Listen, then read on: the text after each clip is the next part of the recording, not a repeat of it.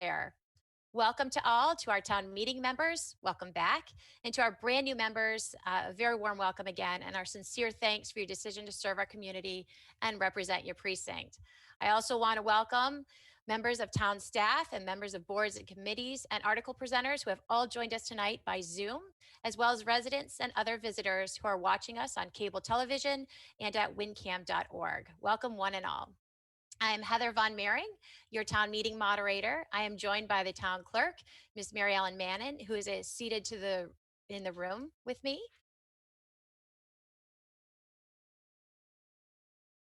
I'm joined by the deputy moderator, Ms. Stacy Irizarry, filling in for Ms. Samantha Allison this evening as our Madam Town Clerk. Also with me and off camera is staff from the town clerk's office, IT director, Mr. Matthew Griffin, town council, Mr. Mina Macarius of Anderson and Krieger, and WinCam staff. We are doing our very best to practice social distancing while supporting the town meeting. Any town meeting members who need technical support throughout the duration of this town meeting, please feel free to use the chat function as a technical helpline, as staff and the deputy moderator will be monitoring it to support attendees and town meeting members. I do not see the chat. Here are two phone numbers and an email as well that you can use as a helpline if you should lose power, internet service, or are having technical issues. I'm going to give you those numbers again, along with the email address. First phone number is 781 721 7130. Again, 781 721 7130. The second line is 781 721 2050. Again, it's 781 721 2050. And an email you can try as well is townclerk@winchester.us. Again, that's townclerk@winchester.us. I have a screen that is in front of me that shows your selections as they occur on vVoter. When I recognize you to speak, I will state your name as it is written in the queue and to the best of my abilities in the moment. Once you have been recognized to speak, you are encouraged to let the moderator know how you'd like to be identified going forward. In closing on our parliamentary procedures and practice, we must bear in mind as we cast our votes not only our personal interests, but also those of our community as a whole. As we deliberate, deliberate, let each of us here tonight maintain an open mind, an open heart, graciousness when we disagree, and a healthy sense of humor, so that debates of this meeting will not be a source of division among us when our business here is finished. We will continue our meeting tradition with the Pledge of Allegiance. For those members who would like the option to join me, please rise.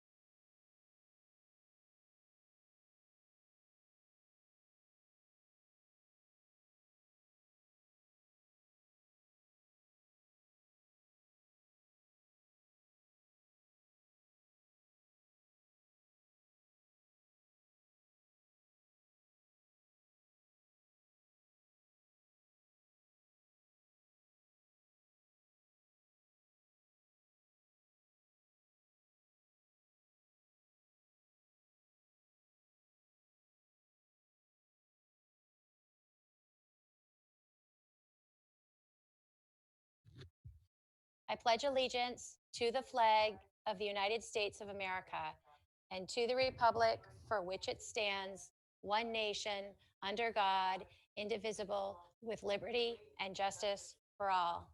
Thank you. Please be seated.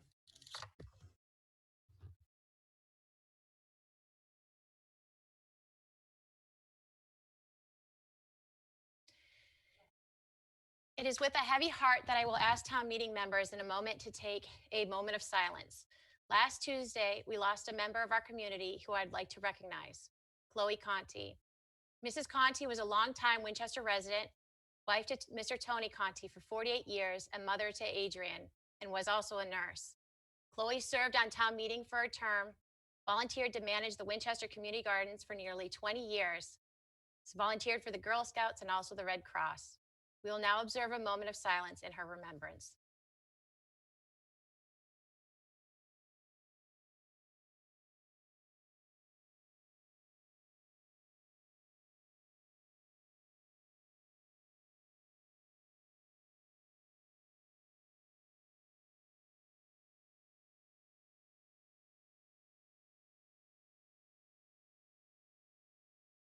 Thank you. We're going to jump right into our consent agenda.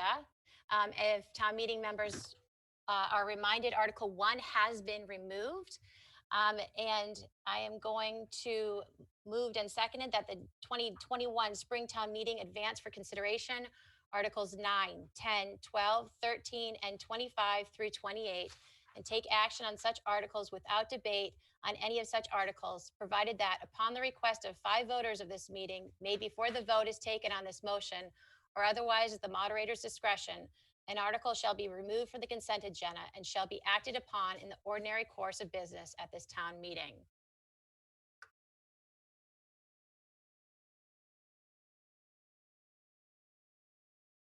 At this time, if any members of town meeting have any questions on items regarding the consent agenda, now would be the opportunity to ask questions.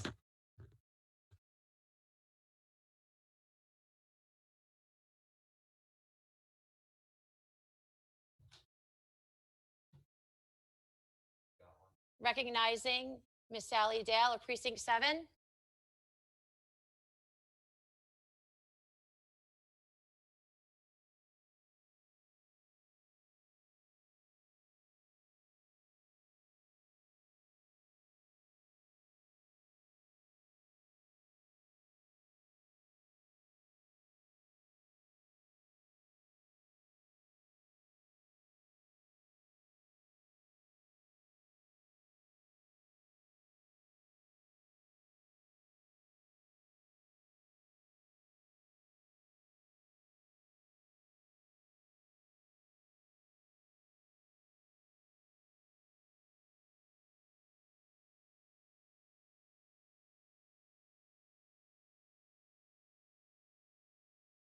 Miss Sally Dale.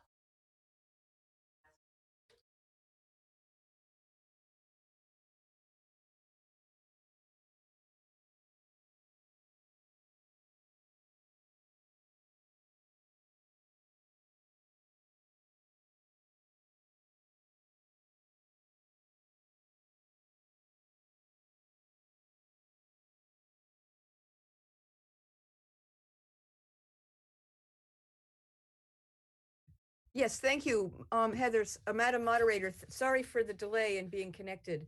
My question is on Article 9 of the consent agenda, and I noticed that one of the expenditures associated with additional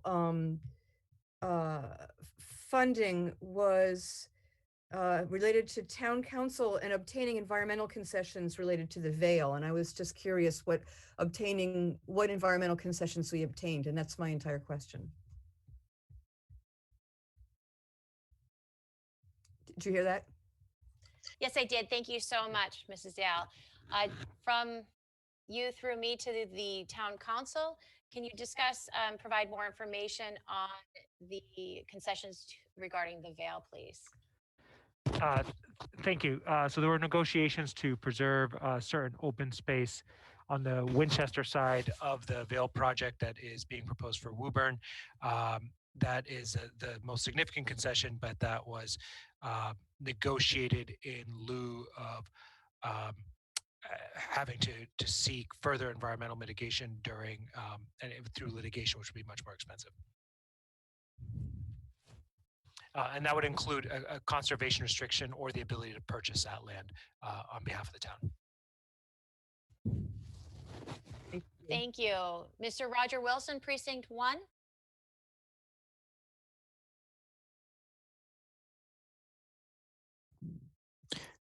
Thank you, Madam Moderator. Through you to the proponents, I'm not sure who it is, with regard to 25, I'm wondering what the actual savings of the boiler at Morocco were compared to the projected. The motion asks that we move the projected amount into the capital budget, the projected amount of savings. And I also wonder how long the debt service will continue on the boiler that we plan to replace that did not function properly. Those are my questions. Thank you. Thank you. From town meeting member through the moderator to Mr. Roger McPeak of Capital Planning, Vice Chair. Would you be able to provide more information regarding Article 25 and the boilers and how much the debt service is? Yes, can you hear me? Yes, I can. Thank you. Yes, when we started this out, the decision was made to go with these high efficiency boilers because we would get significantly increased energy savings versus the standard boilers at that time. We were expecting that we might be able to get $40,000 worth of annual savings out of these boilers. And over time, we seem to have done rather better than that, and that we've averaged about $45,000 per year in savings. The question about how long will these payments, principal and interest payments, go on? There's a little, the majority of it goes away in FY25. There's a small amount that goes away in FY26. Thank you. Seeing no other.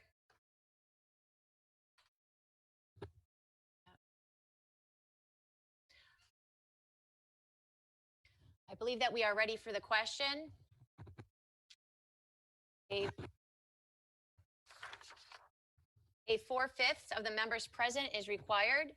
Please turn your attention to your V-Voter screen and select yes if you are in favor and no if you are opposed. We will provide for 40 seconds for members to navigate through the screens. Please make sure to refresh vvoter.com. And once you have voted, a gray box will appear that states vote received. Thank you.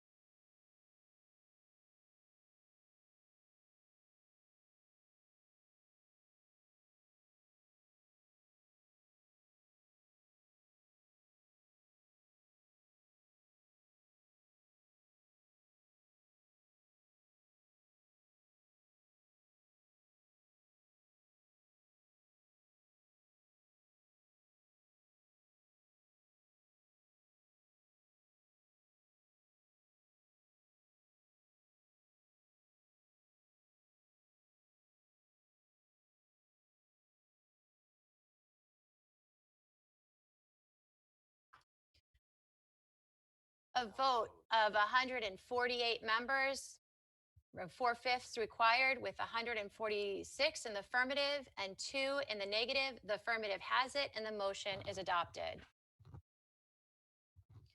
Thank you. Moving on to Article number 6.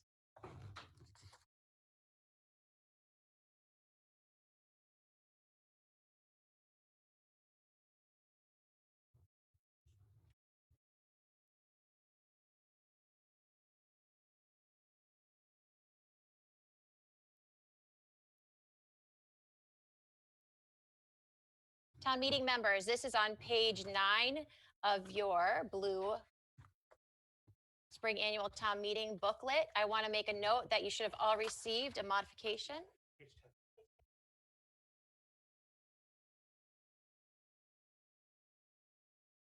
Page 10, my apologies.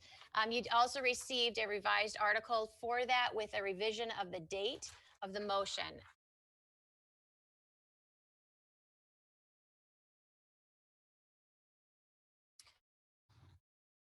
It is moved and seconded that the select board be authorized to enter into land development agreement with Winchester Waterfield MM LLC or any other subsidiary or affiliate of Civico Development LLC in substantially the form approved by the select board on April 16th, 2021, as posted on the town's website as stated in your booklet, and on file with the town manager's office, and to enter into lease in accordance with such agreement.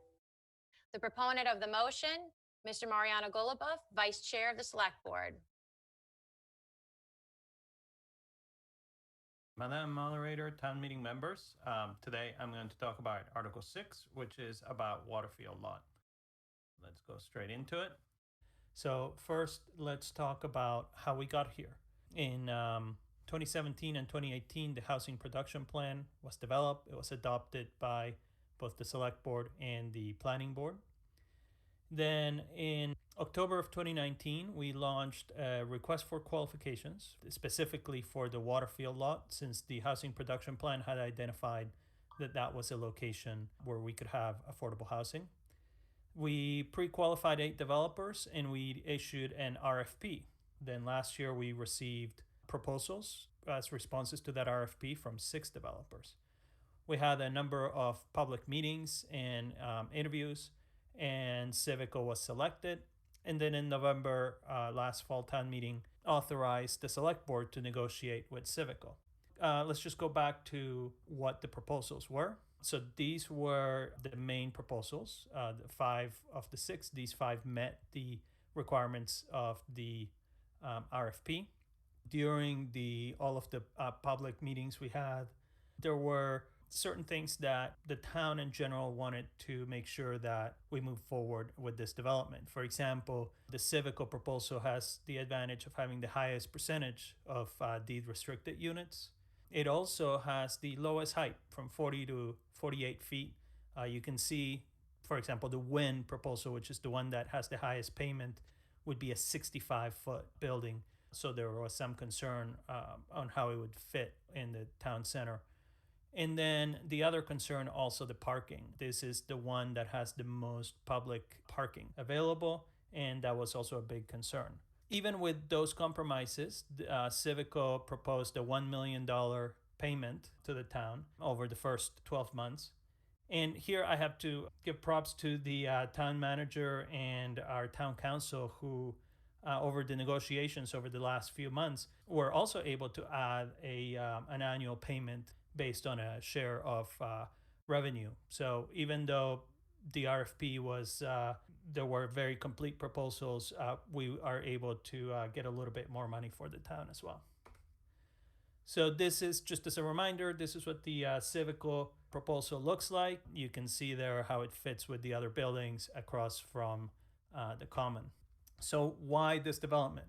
There's a few things. One is housing diversity. So currently in Winchester, 87% of the housing stock is either single family or duplex. So when somebody might want to downsize and looking for an apartment like this one, right now there's not that much availability of that type of housing stock, or young families starting out, same thing. Affordability, significant percentage of this development will be deed restricted affordable. And because it is a rental building, 100% of the units will count towards the subsidized housing inventory, which is what the state looks like as part of 40B.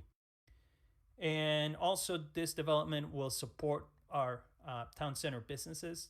We're going to have 60 apartments, so over 100 new customers who will be within 1 to 2 blocks walking distance of the town center businesses. So what are the next steps? So we're bringing the terms back to town meeting tonight. And after approval, you can see the timeline here for a ground lease, due diligence, different right to terminate different things. And then the developer gets some of the financing, since some of the financing is subsidized due to the amount of affordable housing that there is. We expect construction to be either in 2024 or 2025, depending on when they can secure the financing. Looking a little bit deeper into the development, it's next to the MBTA station in the town center. 60 units, rental housing, so all units count towards the SHI. It will have a vibrant public space and courtyard that will be open not just to the residents of the building, but all residents in Winchester, as there will be an arch that opens to the town common. And there will be below grade parking, and this is what allows this development to have the most amount of public parking available. So what we're presenting tonight is the land disposition agreement with Civico. It's a 99-year ground lease. As I mentioned, the $1 million payment up front, this is what was in the RFP. What we were able to negotiate is an annual rent of 10% of the net operating revenue. And then the developer pays for, of course, the design, permits, approvals, construction, I mentioned that it would start in 24 or 25, depending on financing. Also, one very important thing that we wanted to put in the LDA is the requirement for the developer to maintain and keep the property in good repair. That's very important to us since this is going to be right across from the town common, a very visible building. We want to make sure that the developer maintains the building in good repair. Thank you, and we hope that you will vote yes on Article 6 tonight.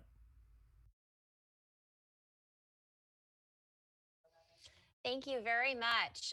Moving onward, further on the question, do we have a recommendation for town meeting's consideration from any board or committee? Please use your request to speak button at this time. Mr. Enzo Racionato of FinCom, Chair of FinCom, please. Thanks, Madam Moderator. Finance Committee voted favorable action in a close vote, 7 votes for and 5 against on Article 6. Key benefits that were highlighted during our vote, including getting affordable housing in town. Our current rate is 3.9% affordable housing. It's well below the 10% minimum required by law and needed to avoid a 40B. And the Civico proposal, as Mariano stated, has more than 40 affordable housing units, almost 2/3 of the total units, and its layout and design complements town aesthetics. It was the only proposal also with underground parking, if I'm not mistaken, and that should allow for more spots at the train station as well as for local businesses. And there was also concern that delay in the process may impact our timing for Safe Harbor, which runs out for the town in March of 2022. Some of the dissent in the committee was focused around key terms in the land disposition agreement, which will be covered by a dissenting opinion by FinCom member John Miller. Madam Moderator, I'd ask that John be recognized to cover that portion. I will honor that recommendation of the minority vote of FinCom. On that behalf is Dr. Miller. Okay, I'm just sharing a screen here, just hopefully, yes, there we are. So thank you, Enzo, and thank you, Madam Moderator. Let me just shut off, I got an alarm going off here, sorry. Members of the Select Board and members of town meeting, 5 of the 12 FinCom members present to vote on Article 6 have reservations about going forward with the article as written. My task is to quickly summarize these concerns.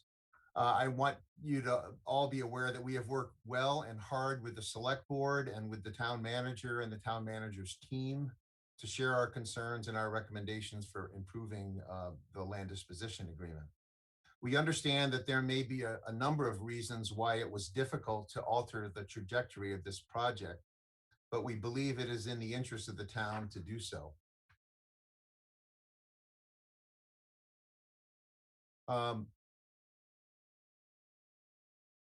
It's a weird twist of fate that I happened to be on FinCom when this project came before us.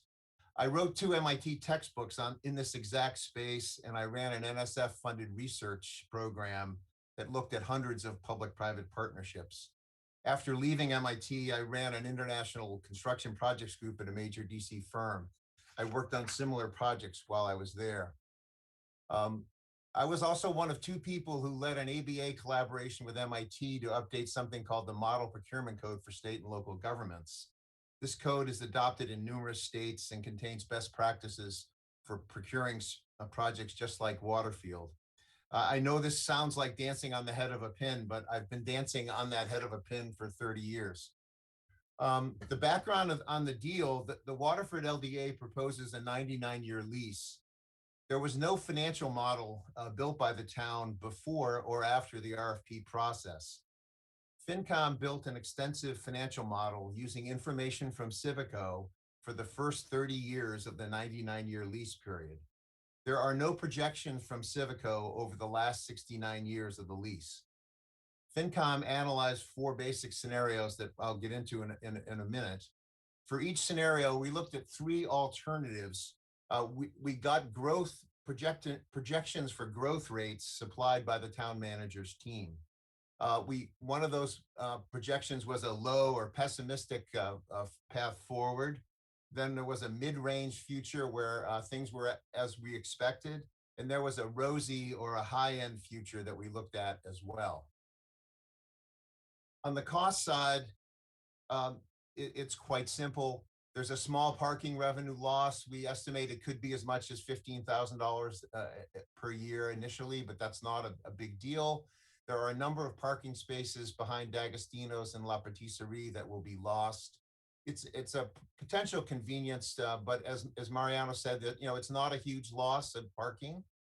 The biggest financial issue is that this is a $3.5 million public land parcel that's going to be tied up for 99 years in exchange for a net $500,000 from Civico. Civico makes a payment of $1 million, but the town or its land trust makes a $500,000 contribution early. And other options are foreclosed for this land going forward. On the plus side, there are revenue and social impacts. There is a one-time, one-year safe harbor in 2024 or 25 from Chapter 40B. And there is property tax revenue coming from Civico. The amount of that revenue is to be determined. Civico's pro forma indicates a payment of $133,000 in year one. FinCom estimated that should be around $250,000. The assessor is somewhat lower, but that is a bit up in the air as to what the property tax payment will be. The net present value to the town is small. When you look at the 3.5 million asset tied up for a small return. If you use Civico's valuation in those three alternative, the pessimistic, the mid-range, and the rosy range, the NPV to the town at handback in 99 years from now is either non-existent in the pessimistic case, $164,000 in the expected case, and in the rosy case, $415,000. And down below, if the valuation were as FinCom estimated it and property taxes were paid were higher, the numbers go up, but not by a lot. The internal rate Dr. of Miller, return. without objection, the member's time is extended 2 minutes. Hearing no objection, time is extended 2 minutes. Well, I was hoping this was a report from FinCom, but I'll keep going. So there's an asymmetric risk that in the event the growth of operating expense exceeds that of the market rent by more than 1.35% per year, the developer is underwater. The source of our concern is a basic mismatch between the initial construction, which is aimed for a 30 to 40 year useful life, and a 99-year lease and handback. So the questions that we're concerned about is will the building systems be replaced twice during the lease, and in what condition will they be when they're returned 99 years from now? The path we recommend is the first path is improving the current LDA by negotiating an initial cap rate with Civico to establish a property tax floor, adding specific maintenance and replacement requirements, and adding handback requirements. And the purpose of that is to clear up the obligations in the last 64 years of the lease. There are other paths forward which would allow us to preserve assets for other needs like schools and public safety, DPW, et cetera. The one alternative we looked at, scenario 4, was to convert the project to an all-market rental rate. This would produce a fair market value of approximately $10 million, an early $10 million, which might avoid an override. An alternative path would be to sell the property to Civico now, which would, instead of a 99-year lease, which would put $3 to $5 million on the table now for the town, which might be used somewhere else. In conclusion, we like the idea. We're not opposed to the idea. We think there's an opportunity to improve it. The last two slides are a summary of our detailed financial analysis. And the very last slide is a summary of the range of controls for our pessimistic, our rosy, and our mid-range alternatives. Those were supplied by the town manager's team. Thank you very much, Madam Moderator. Thank you. Diabgirius, Chair of the Planning Board. Thank you, Madam Moderator, and thank you for honoring my request not to precede my name with an honorific. The Planning Board voted unanimously and wholeheartedly to endorse this article. This project brings desperately needed mixed income housing and economic development to our town center. As we know, Winchester has long been remiss in fulfilling its responsibility to create housing which is accessible to a diversity of incomes. This project is a step towards addressing that need. It provides housing for people who have historically been denied access. It embraces the concepts of smart growth by putting the housing quite literally next to public transportation, promoting a more sustainable lifestyle. It creates a new destination which will increase much needed traffic to our downtown businesses. As town meeting will recall, this project went through an exhaustive review process, and the selected developer, Civico, was overwhelmingly selected as our preferred partner. Their vision for this site is outstanding. This project came about because of the long years of work put in by earlier instantiations of the planning board to develop a comprehensive plan for revitalization of the town center. That work consisted of numerous studies and charrettes imagining how new development could coexist with existing structures. It led to the new center business district zoning that was presented to and accepted by town meeting, as well as an accompanying set of design standards. This type of development is exactly what was envisioned. What value is the town getting for leasing this site? If we limit our vision to the dollars exchanged for the lease, we lose sight of why we pursued this type of development. We did it to create new mixed-use housing and to reinvigorate our town center. Had we wanted to maximize our economic return, we would have simply sold it to the highest bidder, would have constructed fewer, much more expensive condominium units rather than the diversity of rental units that this development brings. We do need to ensure the town receives a fair return for the land, and we believe that this article does that. But that is not the primary value we obtain and not the primary vision which moved town meeting and town boards to embark on this project. Please carefully balance the other tangible and intangible factors, the added affordable housing, the added economic benefits to our town center, the beautification of a long neglected parcel of land, the creation of new open and collaborative space. The town gains so much from this project, more beyond the dollars and cents in the lease. This article moves us one important step closer to the vision adopted by town meeting when it voted to accept the zoning for the CBD so many years ago, when it recently voted to pursue this project. The planning board urges town meeting to vote yes on Article 6. Thank you. Thank you. Recommendation of Mr. John Serbier and Miss Marty Jones of the Housing Partnership Board, please.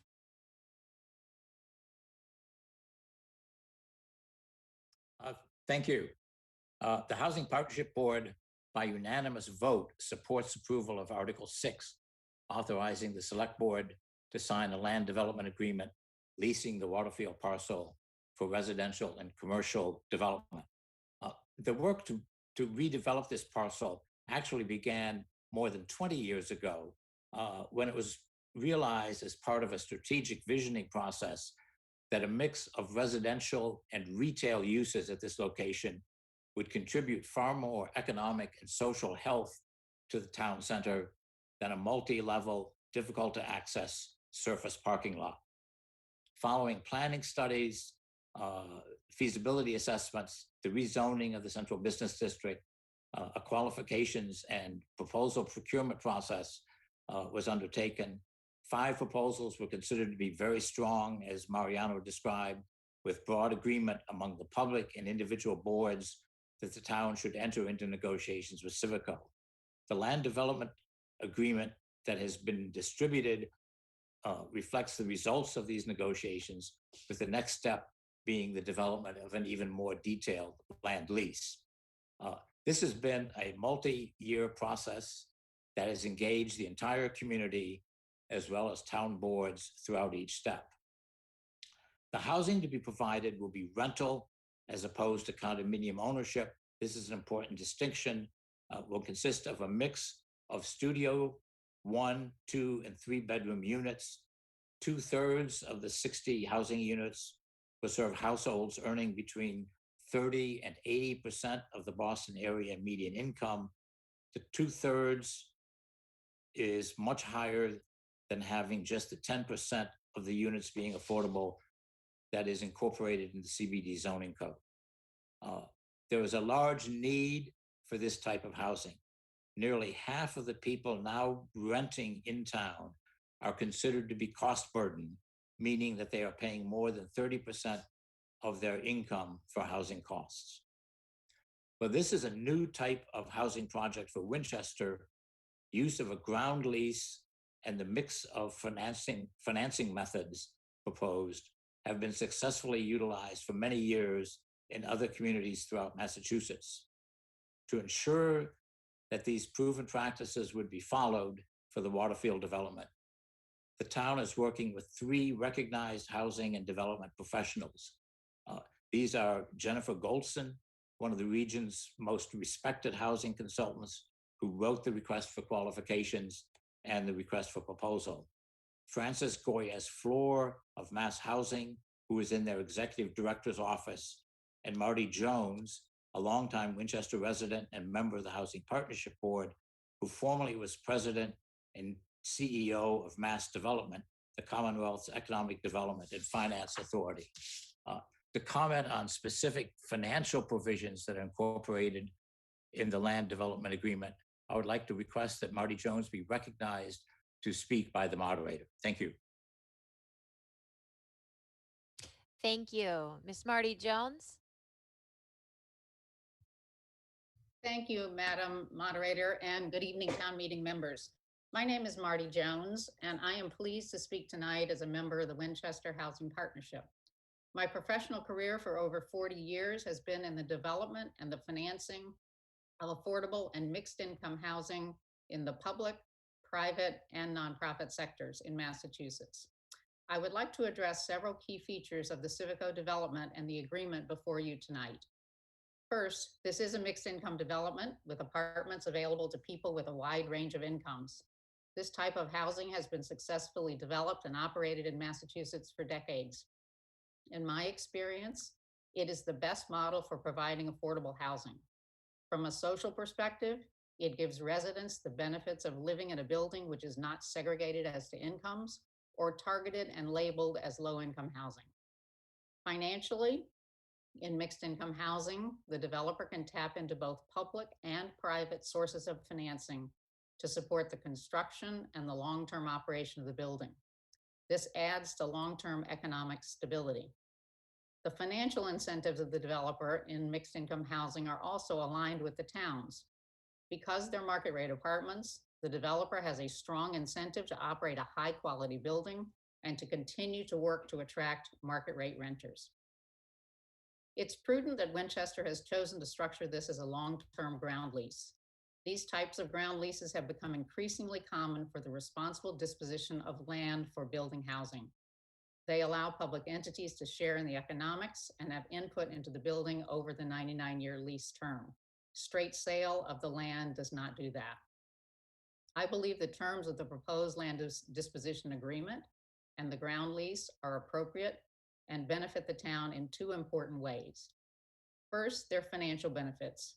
In addition to an upfront payment, the town will share in a percentage of annual profits of the development and also a percentage of profits at all refinancings or transfers of the property for the 99-year term. It's hard to model what these numbers will exactly be, as we don't know how the world will change over 99 years, but the town will be there at the table sharing as it goes forward. The amounts will be determined based on financial statements submitted transparently and annually to the town, detailing the building's operation and financial situation. The second benefit of a ground lease is that the town has controls over the building for the long term. The ground lease will contain requirements that the owner continues to provide affordable housing, something that is important to Winchester as we try to meet our 10% target. The units that are built here will always count toward our 10%. But just as important, the ground lease will require the owner to maintain the building and make necessary capital repairs and replacements. While the public agencies that help fund this building will have ongoing oversight over the building's operations and maintenance, the ground lease also gives the town the right to make sure it is taken care of and an asset to Winchester's downtown. There is something that's not in this lease, and I think that's appropriate. This lease does not contain an agreement on property taxes. The amount of property taxes paid by this development will be subject to a decision by the assessor, as they do for other properties in town. And on an ongoing basis, the building will be valued from time to time throughout the life of the building based on the valuation of our local assessors. These projects are complex and take many years to put together. The MBTA station work makes this particular development even more challenging. I hope that you vote tonight to approve the transaction so that Civico can get to work making this building a reality. Thank you.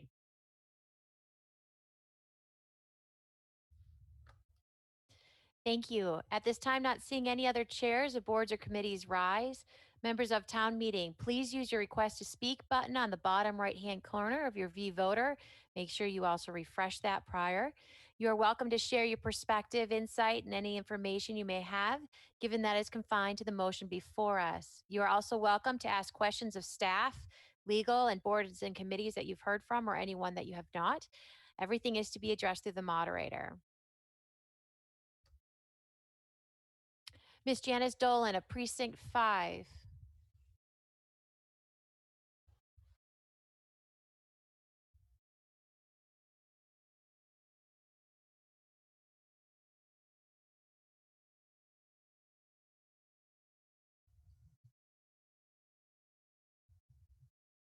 Madam Moderator, Thank you. We can hear you.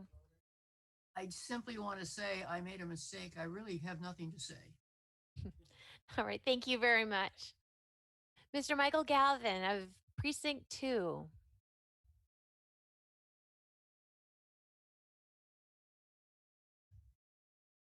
Madam Moderator, can you hear me?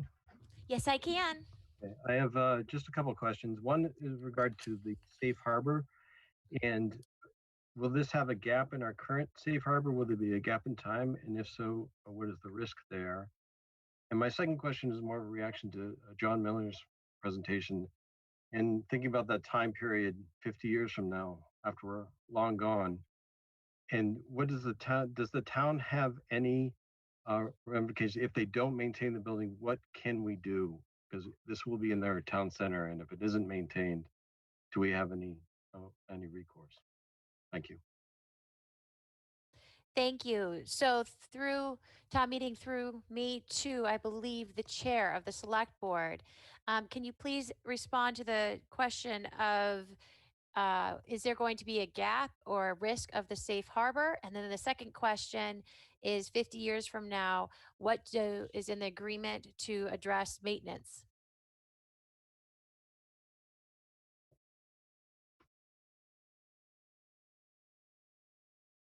Okay.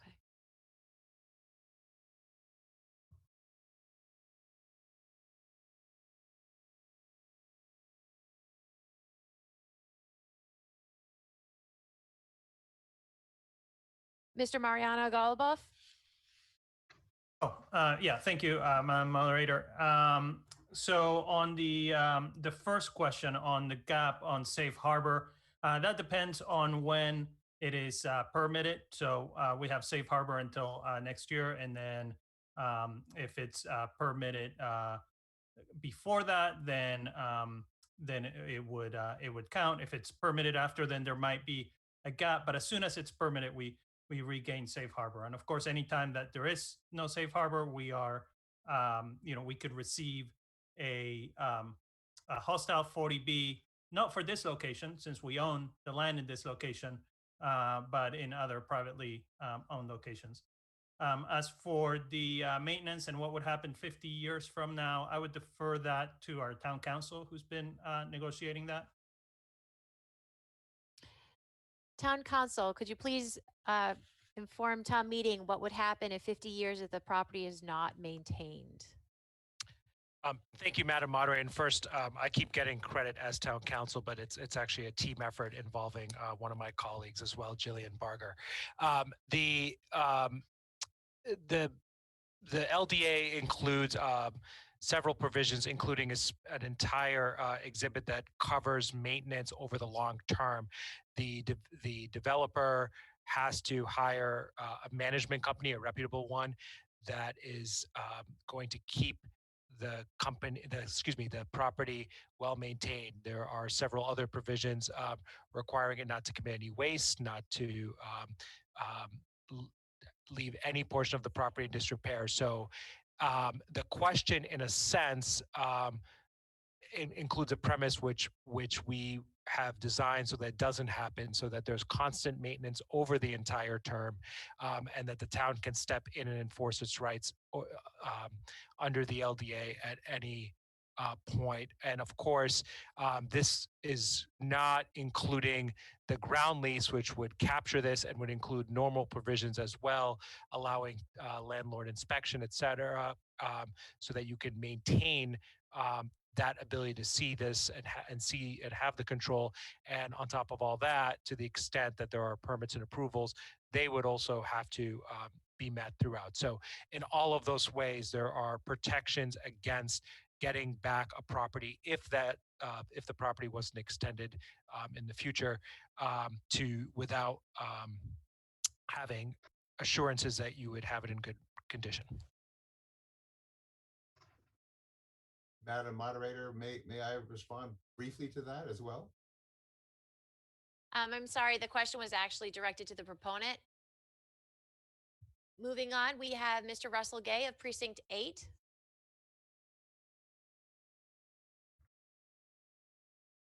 Thank you, Madam Moderator. I have a question for John Miller, and that is, what is his primary or number one Article 6 amendment request? And could that request be brought up with Civico for debate/discussion?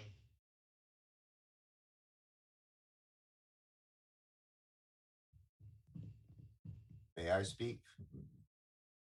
Town meeting member through town moderator to Mr. Miller. Are you making a request to modify Article 6? No,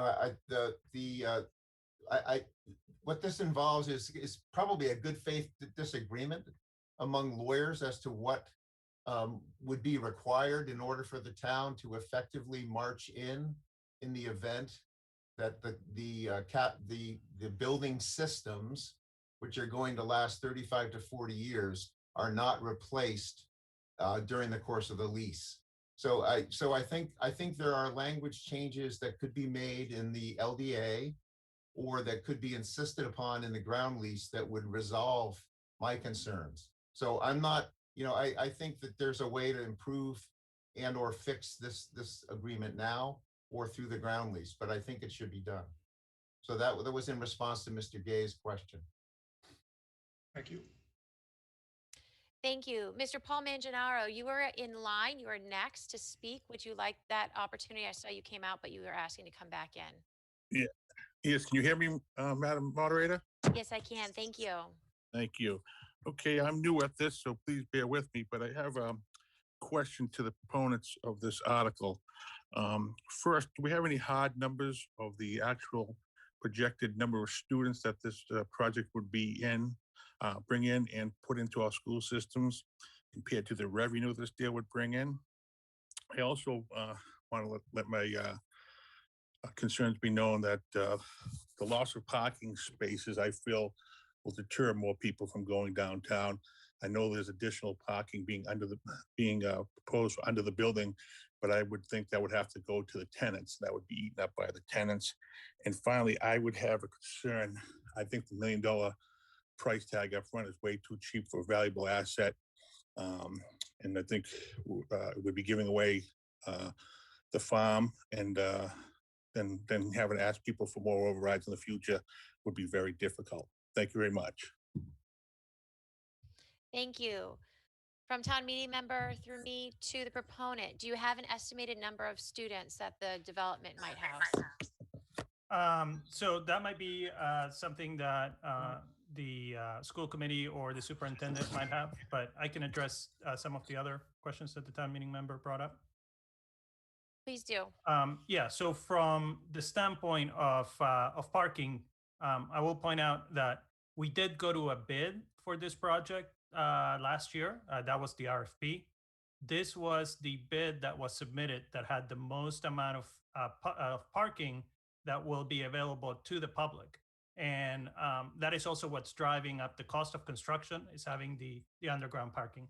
And then I believe Mr. Manganaro had a question on the $1 million payment being too low.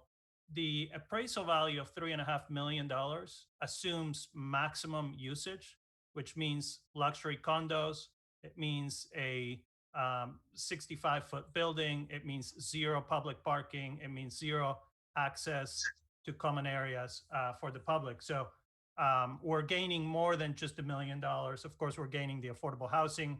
We're gaining the parking for the public, as well as a building that is more in line with the other buildings around it. Thank you. Karen Marama Bolognese, did you want to take a moment to answer the question from regarding the estimated student count in the development?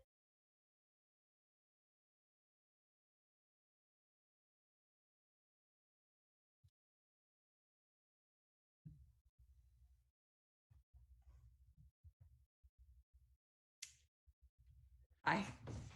Good evening, Madam Moderator.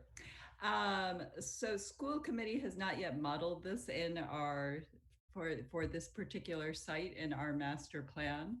And I guess if there are, perhaps you could recognize the superintendent, Dr. Evans, in case she has any further comment on the enrollment for this particular area. Dr. Evans? Good evening. I would agree with the school committee chair. We have not modeled this, and I'm less familiar with how many bedrooms and or dens there are in each of the apartments, and that makes a difference to us. In general, we're looking at 1 to 2 students per typical unit of additional housing. But again, it depends on how many bedrooms and how affordable it is to our families. So I have not modeled this. Mr. Zacchelli may have some more information. We've been working closely with him on looking at new housing in town. So he may have some additional projections there. Thank you. Mr. Brian Zacchelli, town planner on behalf of Winchester. So as of right now, the bedroom mix, which is not really set in stone, has, at least but what they have proposed, is 12 studios, 18 one-bedrooms, 24 two-bedrooms, and 6 three-bedrooms. In terms of exactly how many children that would, or school-age children that could generate, I don't know that, but I think the large point here is that breakdown is not set. But that's what it is. I'll say it again. It's 12 studios, 18 ones, 24 twos, and 6 threes. Thank you. Just so town meeting members know, we have about 15 town meeting members in queue. Going next in line, I would like to recognize Pamela Court of Precinct 5.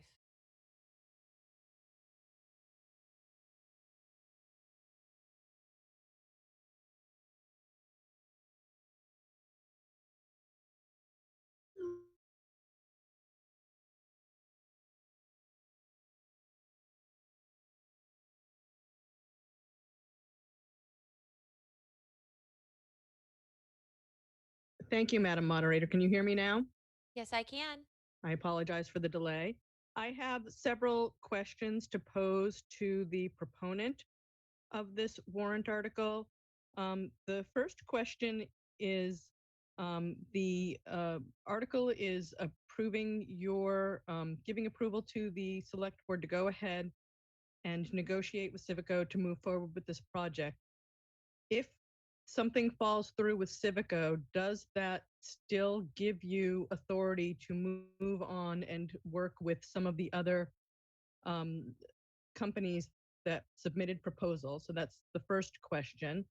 The second question is, if this does not pass and we delay work on this, do we lose vital opportunities to have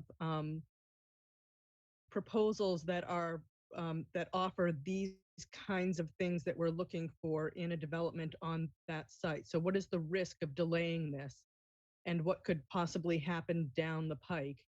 And the other question I have is, what is the risk of the loss of revenue from collecting taxes on the site if we delay this? So those are my questions. Thank you.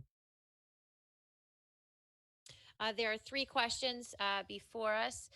The first one is, if the agreement with Civico falls through, what are the options to move on? To take that question, we will be going to Town Council, Mina Makarios. Thank you, Madam Moderator. The answer is that when the selection was made with Civico, in the event that there was problems in negotiating the land development agreement, a second option was selected, and Mr. Golubov mentioned that. So you could go back to that bid and see if there's still interest in negotiating. Madam Moderator, with your permission, I can start answering the second two questions. In terms of the development down the pike, there is a potential of losing out on Civico altogether. One, they have spent several months and a lot of their own time and energy involved in these negotiations. They may also, there is a risk that they would also miss their own funding round as they try to finance the project. And so that's one risk in the immediate term.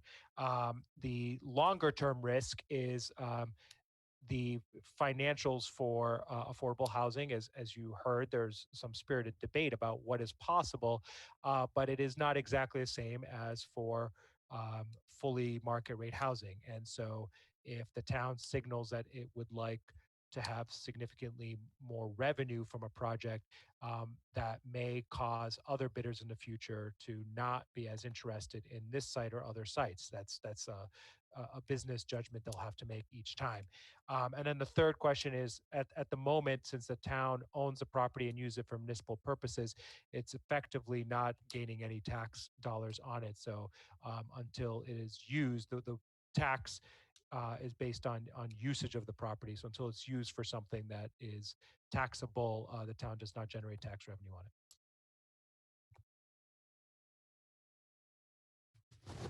And Madam Moderator, I see Mr. Golubov is also ready to speak. I don't know if he has anything to add that I missed there on those. Yes, I'll ask. Mr. Mariano Golubov of the Select Board, did you have anything else to add on those questions? Yeah, the only thing I had to add is that of all the bids, the second choice for all of the boards. So this was the first choice for every single board, including Finance Committee. The second choice was one that would give us a payment of $500,000. So half of what the payment of the Civico proposal is.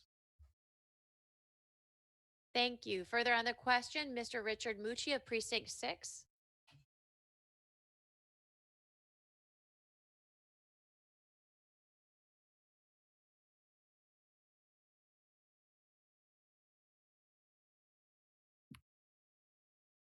Thank you, Madam Moderator. Can you hear me? Yes, I can. Thank you. Thank you. Madam Moderator, is it possible for me to share my screen? I just have a quick slide if possible. Yes, give us one moment.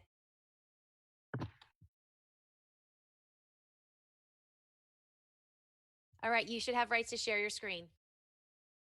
Thank you.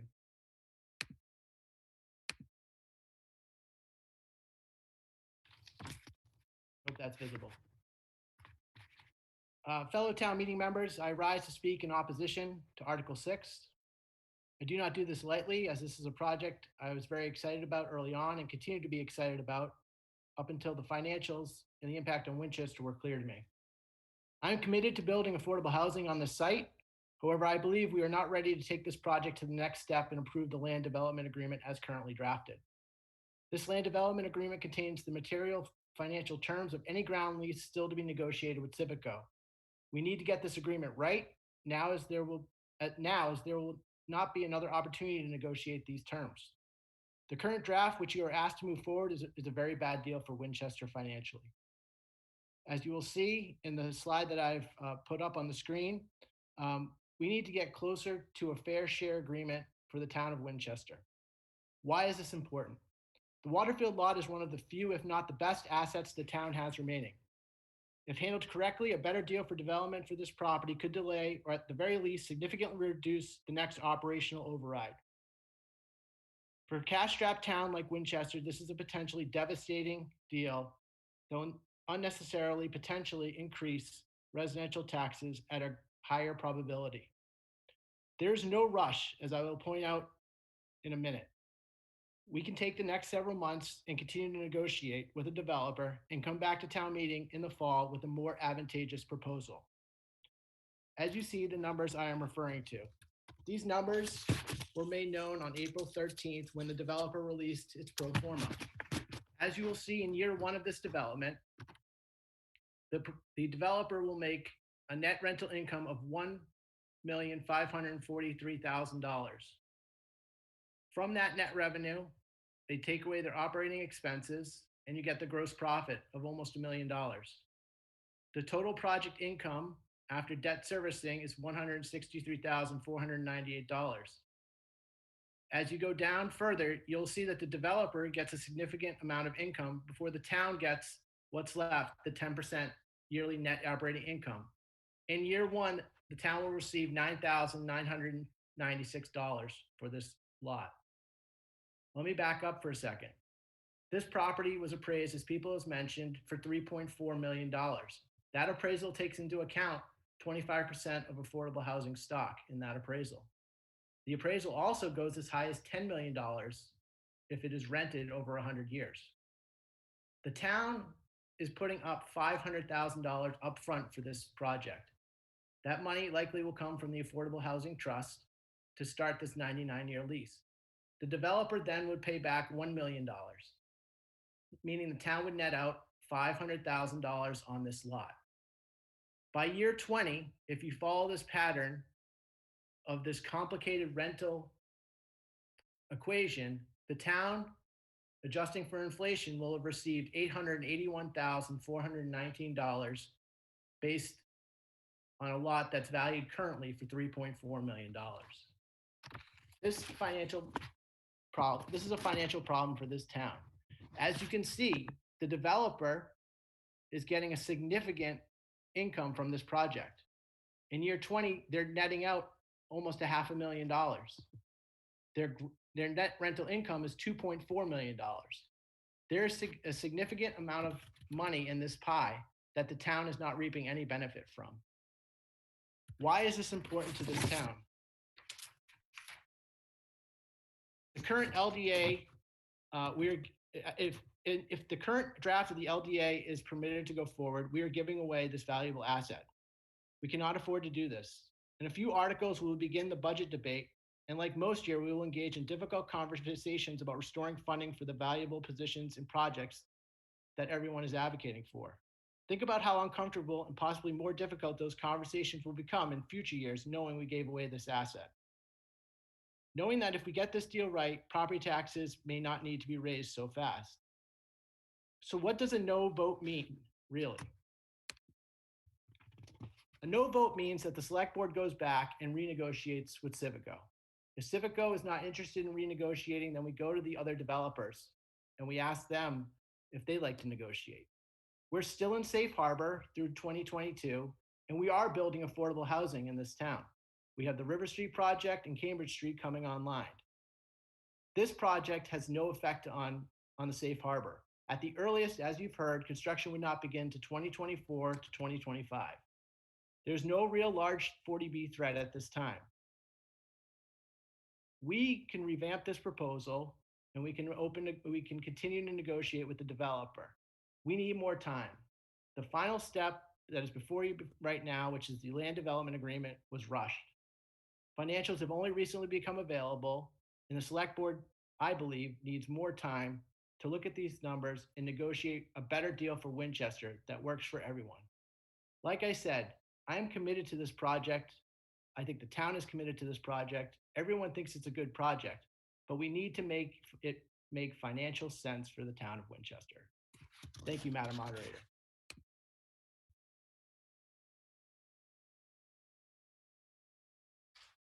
Thank you.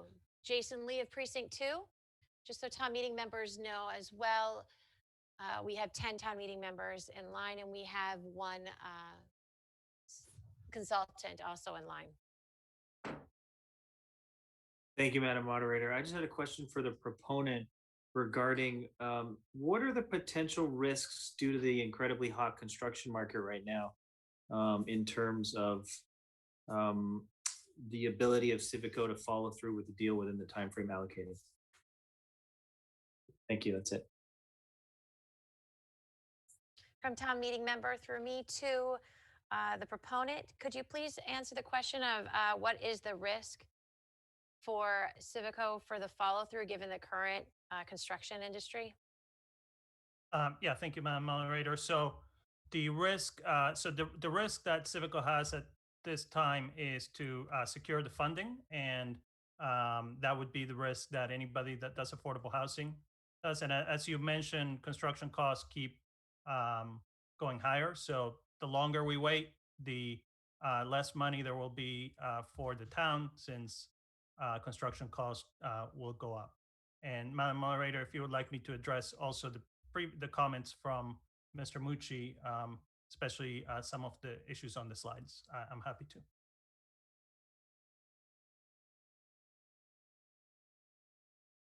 I didn't hear Mr. Mucci raise any questions, but if they are, I will let you know. Ms. Michelle Pryor, Precinct 4.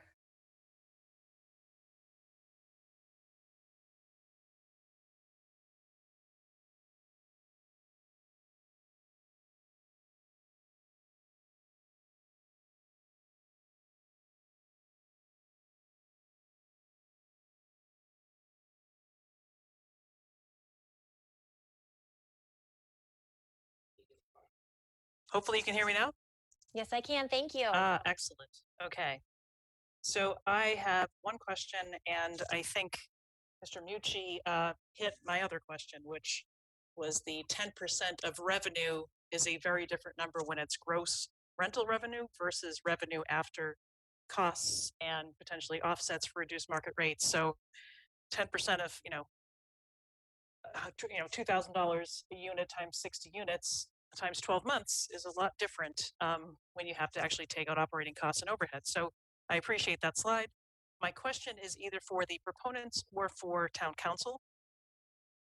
With a 99-year lease, I'd be curious if we're aware of other towns with 99-year leases in place. But even without knowing that we have significant examples or precedent, what are the risks to the town?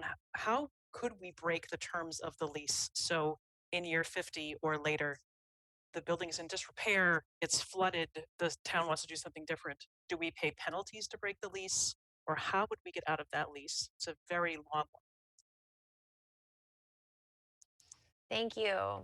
From town meeting member through me to our town council, could you please answer the question, the 99-year lease, what are the terms if we would like to go and break that lease in the agreement?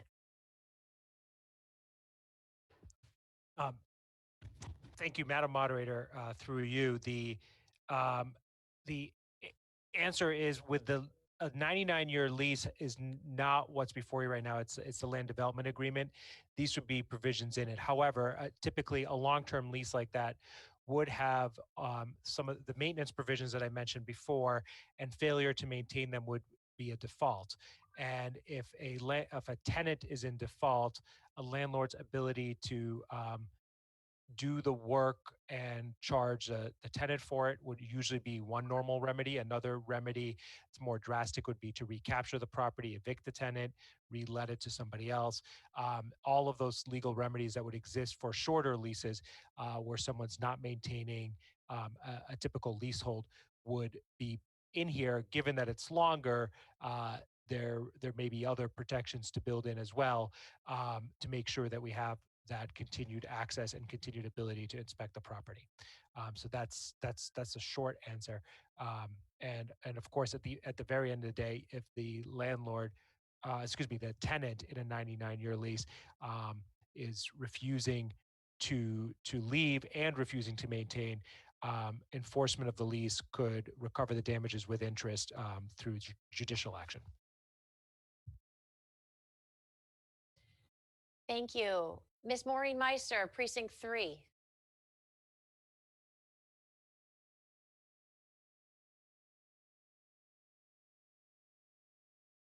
Thank you, Madam Moderator. Can you hear me? Yes, I can. Thank you. Well, thank you. Let me begin by saying I think this is an outstanding project. I think the scale of it, the height of it, the design of it all look really good. So I will be supporting this. I do have two questions. One is town meeting members may not understand that a project such as this could be coming in as a friendly 40B, in which case the permitting would be handled by the zoning board. And if it comes in as a normal filing, it will be permitted under the planning board. So that's one question. What's expected? Do we know now how it's expected to be filed? And then the second question is, I think it's useful to recount one more time for the town meeting as we're anticipating maybe quote unquote giving up something in terms of the value of the property, where we are right now in terms of the number and percentage of state certified affordable units that count toward our subsidized housing index.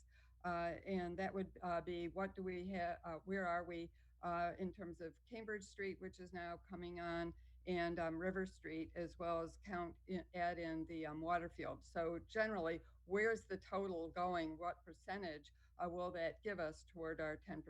But first question's about the permitting. Thank you very much. Thank you. From town meeting member through me to the proponent, what is expected? And then I'll go to the second question, which I believe goes to the planning department. So it is my understanding, the expectation is that the building as has been proposed would be able to go through the planning board for permitting, and that it will not require a friendly 40B, as it's called. And as far as the River Street, one thing to note is Cambridge Street does not count for safe harbor because it was permitted before we had the housing production plan in place. And the reason that we have safe harbor until 2022, March of 2022, is because River Street was permitted. So that was one thing that I wanted to point out, that Mr. Mucci's slide had incorrect. We do not have safe harbor beyond 2022 because of River Street and Cambridge Street coming online. Those are already counted as far as the safe harbor. So safe harbor runs out next year if we don't produce additional housing. Thank you. The other question is to, I believe, the town planner, Mr. Brian Zacchelli. What is the total currently of our counts of affordable housing? So we are at, it was quoted correctly at 3.9%, and we have roughly 8,000 housing units in town. The exact number is out of me at the moment, but it is 3.9% on around 8,000 units. In terms of how much this would contribute, this would be able to give us 1 year of safe harbor alone at 60 units.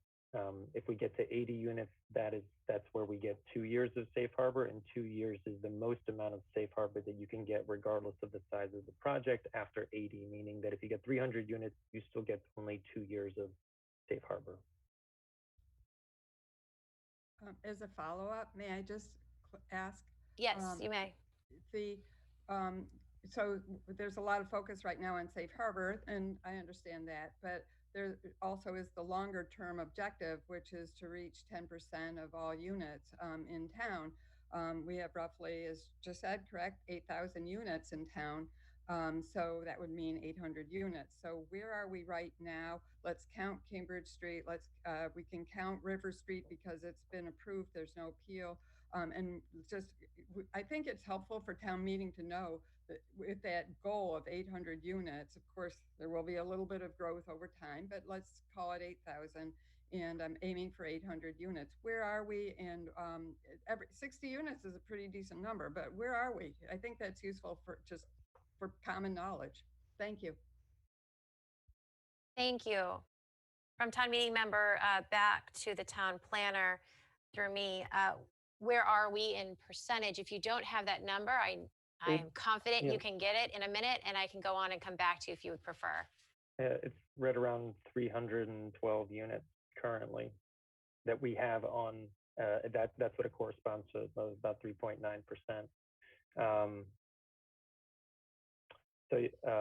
Yeah, so but Cambridge Street and River Street, that is all counted into that 3.9. It is not getting added. The 3.9 includes both of those. And just, I know that to clarify, does that include this current proposal in that percentage? No, definitely not. The 3.9 only includes what has been permitted. Thank you. Next on the question, Mr. John Miller of Precinct 6.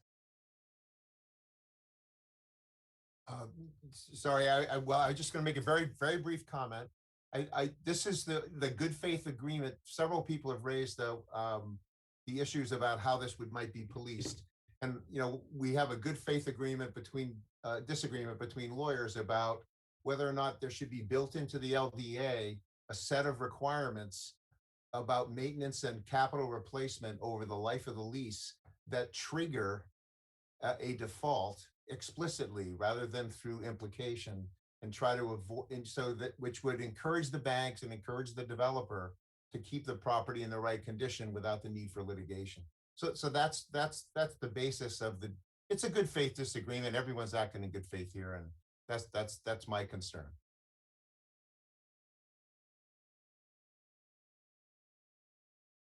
Thank you. Mr. Roger Mickelson of Precinct 8. My apologies, I made a mistake on your last name.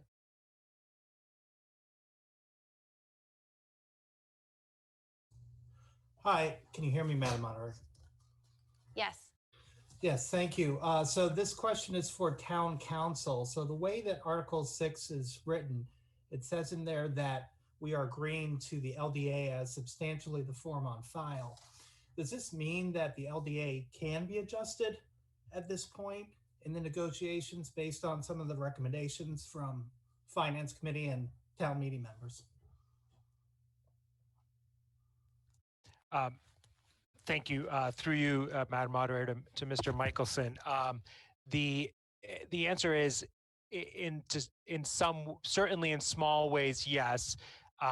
From the town's perspective, if the town were, for instance, if Civico decided to give the town more money, I think that'd be within the scope of the authority, because it's a benefit for the town without any offsetting costs. However, the board could not adjust it in any other way, and of course, this is a negotiated agreement, as I mentioned before. That being said, the ground lease is not negotiated, so some of the specifics that Dr. Miller just referred to a little bit ago would be negotiated further and would be subject to the approval of the select board in the ground lease. Thank you. Ms. Dorothy Simboli of Precinct 6.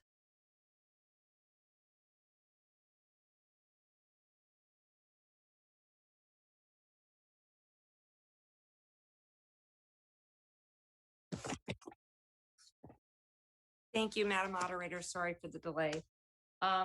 So following up on what Town Council just said and negotiating the ground lease, two sort of revenue producing questions I had are, how do we establish the parking revenue that's coming from the parking? Is that all going to the developer, or does the town share in some of that revenue? And then I noticed that taxes are not established, and how is that negotiated, and is that going to be part of the ground lease? Can you not hear me? I can hear you. Yep. Oh, okay, great. So I think those questions would either be directed to, I guess, town council or to maybe Mr. Miller or FinCom.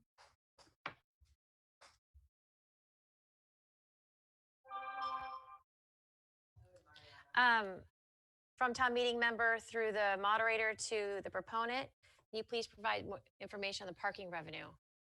Yes, thank you, Madam Moderator. Parking revenue is for the town. So the public's, the spaces that are public, any revenue will be to the town. And as far as the taxes, whether they are negotiated, they are not, the assessor will assess what the value of the units are, what the values of the building are, and will assess it at the normal tax rate for the town.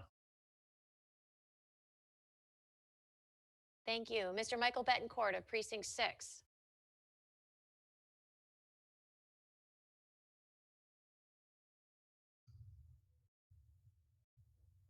Thank you, Madam Moderator. Can you hear me? Yes, I can. Thank you. Sorry, I was going to help out and answer a question that came up earlier about the number of students coming in. Obviously, it's difficult to have a specific number, but I just wanted to add through you to Mr. Manganaro that we've been told by DHCD with these 40B projects and these affordable housing projects that the goal is from the state perspective to bring students into Winchester. So I think we've asked the question in the past, if we do affordable housing, do we get credit if we do restricted senior housing and protect our school enrollment numbers? And they said absolutely not. So I think that's something for everyone to know, that we at some point have to put these units, get to 10% and meet our responsibility.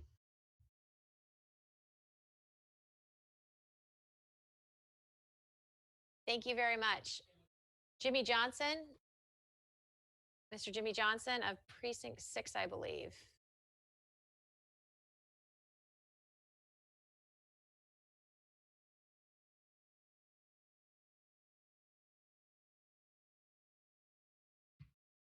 Good evening, Mr. Moderator. I have several questions I'd like to indulge town meeting.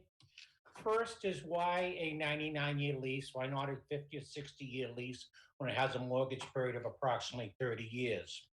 The second is a bit of a clarification.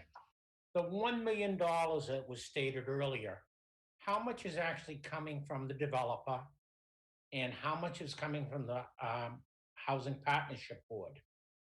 My understanding is that the developer is only actually paying a net number of $500,000. My last question is a little bit concerning, is that there never had been an expenses done to the town versus revenue. I've done some very quick calculations. They are not correct. They're off the back of a piece of paper, so please live with me. But I assume there's going to be at least 40 children going to that development. One from the 24 bedrooms and 2 from the 3 bedrooms, which equals 40 students. If you use approximately $13,000, that's about $520,000 a year for cost of education. Take 40% of that of municipal costs and undistributed costs, that's somewhere around $340,000. I'm doing a quick estimate of about $860,000 cost to the town for this property in municipal expenses. And I find it very hard not to find out what the expected tax revenue is going to be, not the rent, but the tax revenue from the building. I'm saying we need about $860,000 just to break even. And before any project goes forward, I think the town is entitled to know what the true costs versus expenses are. Thank you. Thank you. To the Vice Chair of the Select Board, there are 3 questions before I'll give them to you. And then if you would like to recognize anyone to answer those instead, please let me know. But the three questions are, why is it a 99-year lease? There is 1 million coming. Is that from the development team, or is a portion of that coming from the Housing Partnership Board? And what is the expense versus revenue analysis that has been completed to date? Yeah, so on the 1 million, so the 1 million coming in is from the developer. Then the housing trust will make a contribution to the financing of the building, just like there will be contributions from other funding agencies like state agencies. As far as the 99-year lease, I would have either Marty Jones or Town Council answer that. And I know that the developer is here who can answer some questions around, especially like there's a lot of questions about whether we're getting value out of it. And I think the cost of the parking would be a good question for the developer to explain on, since this was the bid that has the most parking for the town. And that comes at a significant investment that the developer is making into the town. That is part of the proposal. Thank you. To either Town Council or Ms. Marty Jones, could you please provide the town meeting with information about why a 99-year lease? And then I will follow up on the third question. Thank you, moderator, and certainly if Marty Jones has more to add, that would be helpful.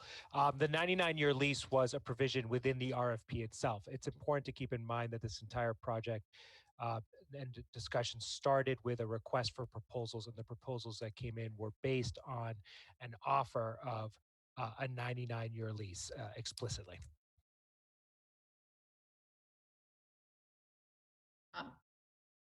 Can I just add to that briefly? A 99-year lease is typical for these kinds of mixed income developments. I think part of that comes from some standards that the financing agencies, HUD and Mass Housing, have requirements that they be of a term that's long. The funding for the affordable housing is usually at least a 30 or a 35-year restriction. And so you need to have enough time on the land lease to get through a couple of cycles of those to make it actually workable and worth the long-term investment. So this is a very typical structure for this kind of transaction.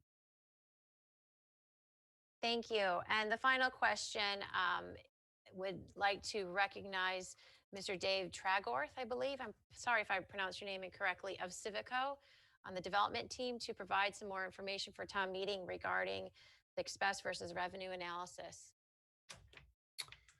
Thank you, and I apologize. So I might have missed some of the questions as I was getting moved over to a panelist. My name is Dave Tragorth, and I'm with the Civico Tragorth team. I appreciate the opportunity to be here tonight. I just wanted to say a couple things, and then if I miss a question, please let me know. I apologize. But first is just on the question related to the parking. The parking will cost about $3.3 million to build, just the public parking portion alone. And we'll be providing 40 of those spaces. So there's a total of 85 spaces, 40 of them will be available to the public.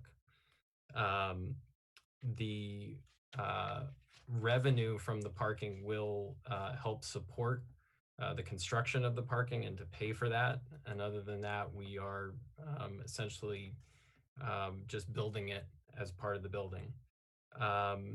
In addition, I just want to make clear that on the value that select board member Mucci had showed of about in year one of about $153,000 to the developer. I think it's important to know that half of that goes back to the state agencies that provide the loans to build the building. So we don't get that full amount every year. 50% of that goes back to the state agencies that provide the money up front to build the building. And I think just, so, you know, I will say in terms of the value to the town, we were put up against 6 other very qualified development companies. Our initial payment was the highest. We also provided the public parking deck after I had spoken numerous times with many business owners about the importance of that parking. We built that into our request for proposals, and obviously met the terms in the RFP for and exceeded the terms for the amount of affordable housing that we were incorporating into the building. So I think there's probably more that I could say, but I'll stop there for now and happy to take further questions. Madam Chairman, a follow-up, please. Yes, please. I'm still waiting for my question. First of all, I never raised a parking question, but thank you for asking that, by having it answered. I'm still asking for a revenue versus expenses to the town, which is what is the projected taxes being developed that specializes in this type of building? Is my assumption of 40 children high or low? Is my assumption of $13,000 a year realistic for the cost of education? And based upon those numbers, is this property going to generate $900 to $1 million in taxes to the town of Winchester to cover these annual fixed expenses? Thank you. To the chair of, vice chair of the select board, is there an expense versus revenue analysis completed on this site? So I would have the school committee answer how much it costs. I would just say that in general, you know, I don't like the idea of saying that the town is losing money by educating children. You know, we all have children in the town, and a lot of the reason for the town is so desirable is how vibrant it is and how welcoming it is. I'll let the school committee answer the question on how much it would cost to educate the children, but I don't really consider that to be a negative of any development, to say that we might have more families in our town that improve our quality of life. Thank you. To Dr. Evans or the chair of the school committee, would you be able to provide town meeting members the cost to educate a student? I can take this one if you'd like, Madam Chair, Judy Evans, Superintendent. In general, one of the benefits to diversifying a housing stock is that we can attract a more diverse families to town, which I think is a benefit to all of us in terms of ensuring that our schools draw from populations of families from all different ethnicities and socioeconomic backgrounds. In looking at the additional cost per student, it really depends on whether you have adequate space to house those students. Towns that have added 40B or other affordable housing units have not necessarily increased their cost per student for each of the students if they have available space. The challenge that we have in our district, as everyone knows, is that we are out of space and eagerly awaiting the Lynch project completion in the fall of 2025. So in general, Mr. Johnson is correct that our per pupil cost is about $14,000 per year, but not every additional student costs that much if we have available space. Depends on whether students have significant special needs. Not every student can be educated for the same cost. And so it's difficult to say exactly what the cost benefit analysis is. I think 40 students is a little high, but I think it's reasonable to look at our recent pattern. All of the available housing in town that is rentable and affordable is attracting young families with several children, or families are doubling up in some of the affordable housing in town. And we're seeing that more frequently, that if the housing's not affordable, two families will move in. So there's not a one-to-one relationship between 2 bedrooms brings 1 child. Sometimes it brings 4 children. And so a little bit difficult to project. The other thing is not all students are educated for the same amount. High school students are more expensive than elementary students, for example, and they have a different impact. Our high schools over capacity, as our elementary schools are short of space as well. And so it's a complicated issue. In general, I think we in the school department and the school committee support additional housing, more diverse housing, more accessible housing within the town. But there is a somewhat of a trade-off financially, and the timing of the completion of the project is also important. Several other projects are slated to be completed by the end of the 22-23 school year before we add additional classrooms at Lynch. So it's a complex question, but in the long run, the community is better off to have more diverse housing stock and a community of learners drawn from a wider socioeconomic base. Thank you very much. We have a motion from Follow-up. Ms. Janet Boswell to move the vote. Madam Chairman, I'm not done. Oh, okay. One more question? A follow-up. I think everybody welcomes diversity in education and additional children.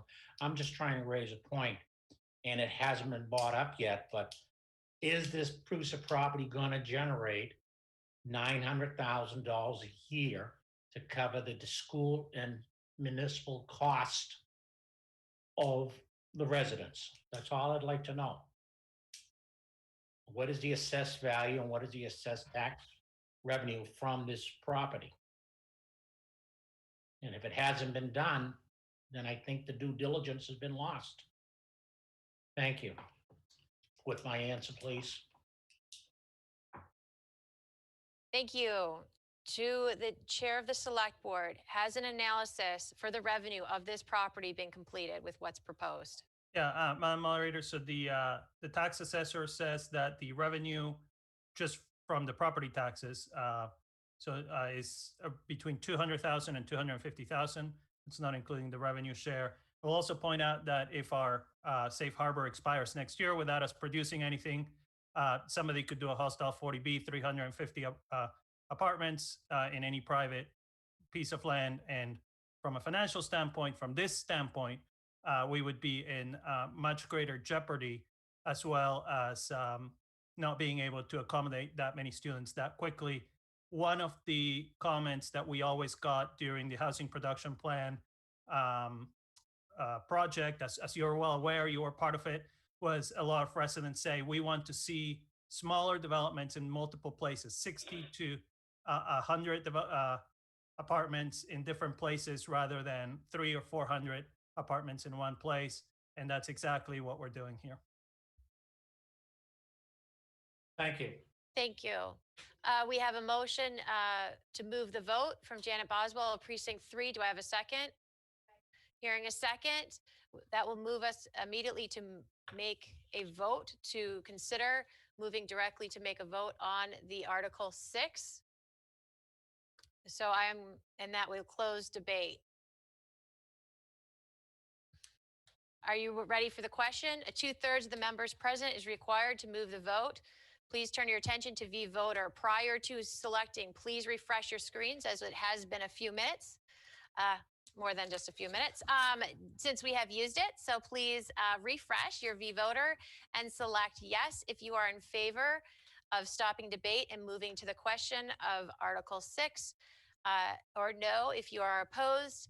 We will provide 40 seconds for members to navigate through the screens. Once you have voted, a gray box will appear that states your vote has received.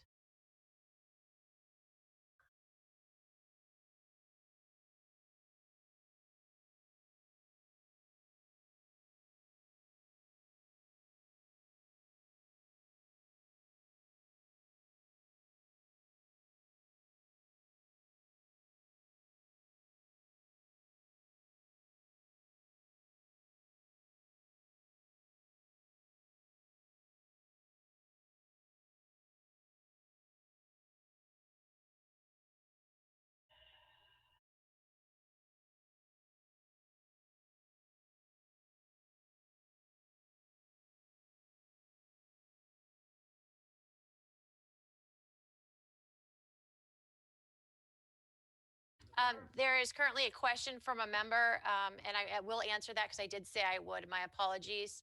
We'll give you some more time. There are 8 members total who are in line, and there are 3 of them who have not spoken yet. The rest have already spoken.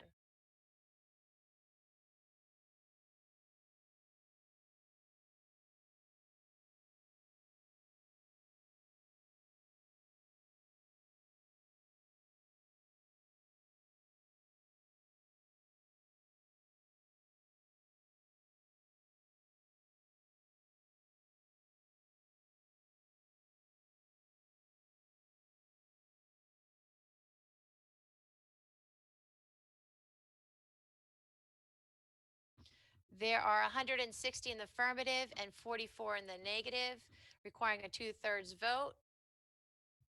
The affirmative has it and the motion is adopted. We will then now move to voting on Article 6. If you can please return back to your V voter.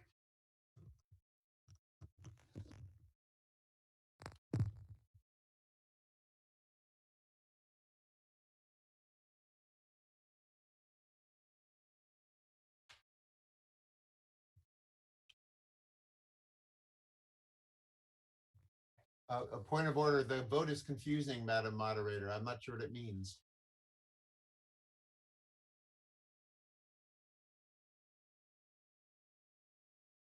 Give us one moment. We're refreshing V voter.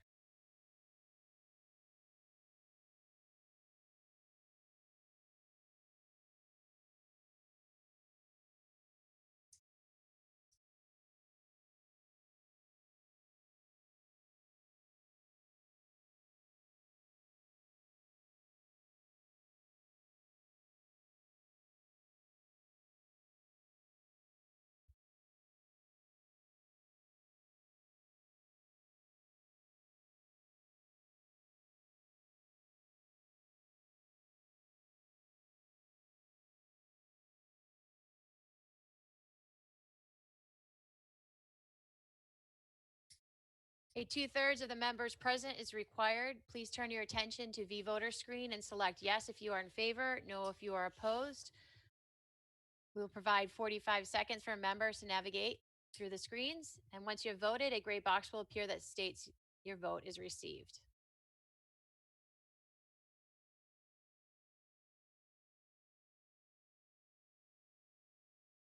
There's a request for the motion be reread. I will honor that. It is motioned and seconded that the select board be authorized to enter into a land development agreement with Winchester Waterfield MM LLC or another subsidiary or affiliate of Civico Development LLC in substantially the form approved by the select board on April 16th, 2021, as posted on the town's website with the website address listed on in your blue books on page 6 in the revision and on file with the town manager's office, and to enter into a lease in accordance with such agreement.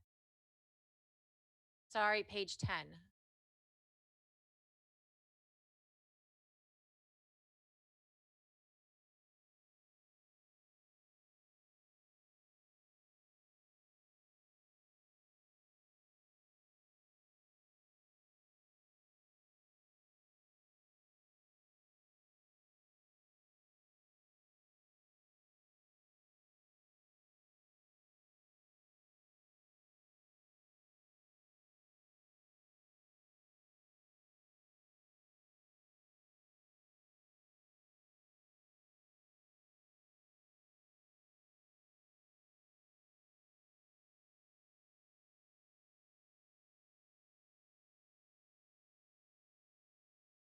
There are 118 in the affirmative and 46 in the negative.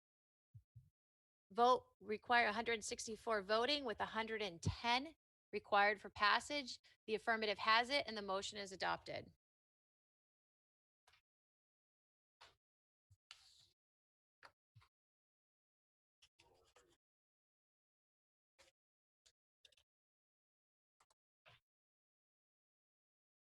Give us one moment as we move forward to move to Article 8, which is on page 12 of your blue booklets.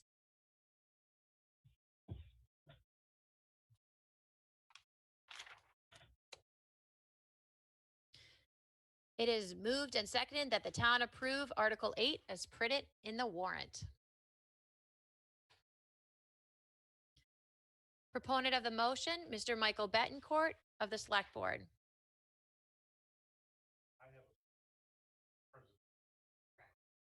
RIT will be providing that presentation by Mr. Michael Betancourt.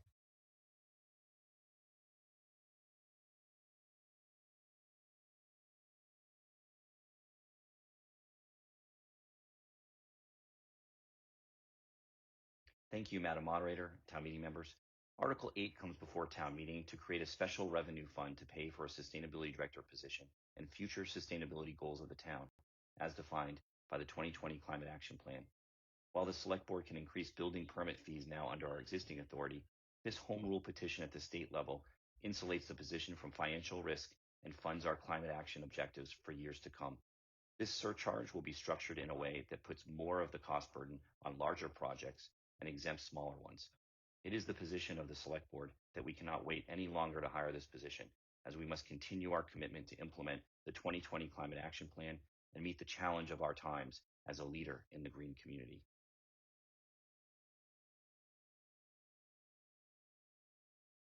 This past month, Winchester was recognized as one of the greenest towns in the Boston area by Boston Magazine. What is notable is the communities we were ranked amongst have significantly more resources than Winchester and larger commercial tax bases. In fact, we tied with Lexington, who is one of the few communities that already has a sustainability director hired this past year.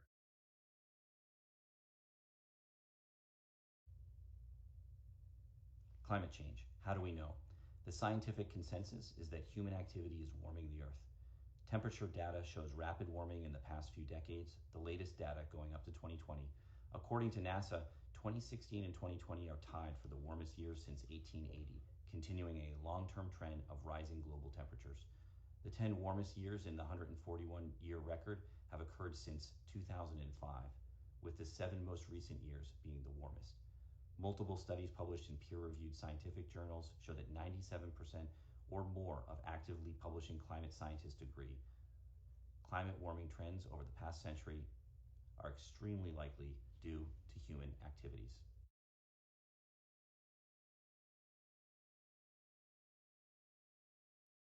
The causes of climate change.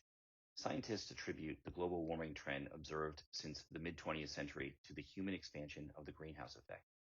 Warming that results when the atmosphere traps heat radiating from the Earth towards space.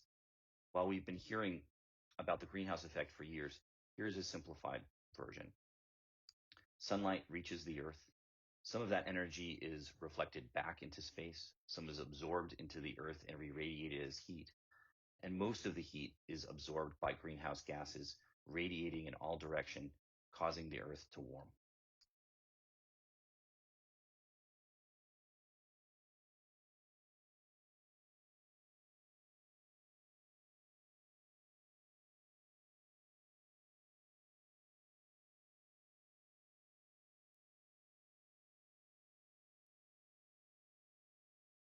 And what are the effects of climate change? Temperatures will continue to rise. Changes in precipitation patterns will exist. More drought and heat waves. Hurricanes will become stronger and much more intense. Sea levels will rise, and the Arctic is likely to become ice-free. This will locally affect our infrastructure, agriculture, fisheries, and ecosystems will be increasingly compromised.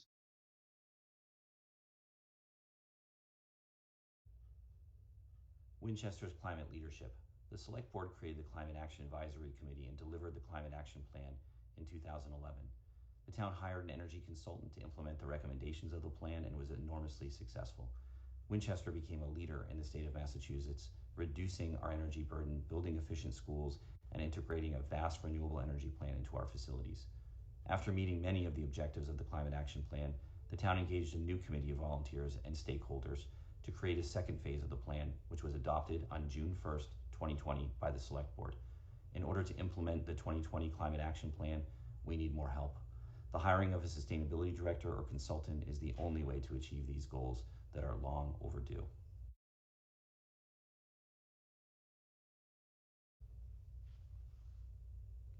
Financial limitations. The town proposed the sustainability director in the FY21 budget and it was removed by the Finance Committee unanimously, as it was not included in our override budget, and there wasn't sustainable funding for the position that year or in future years. Seeing that the budget outlook would be worse in FY22, as confirmed in FinCom's Article 1 presentation, the Select Board began seeking alternative funding options.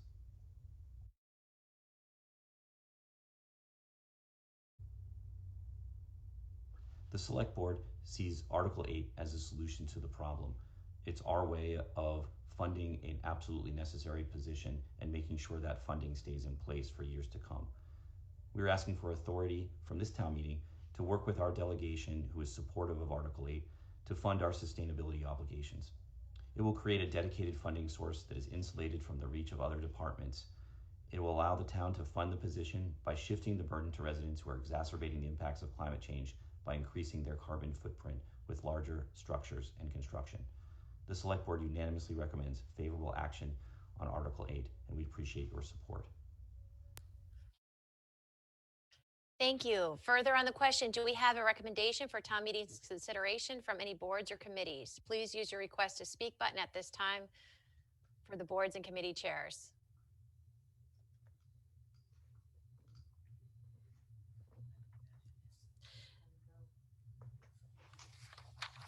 Thank you. Mr. Enzo Rosinato of FinCom, chair, please. I thank you, Madam Moderator. Finance Committee voted unfavorable action in a very close vote again, 2 votes for, 3 votes against, and 4 abstaining. The vast majority of the discussion for us centered around the uncertainty of what the fee would be and what kinds of construction it'd be applied to.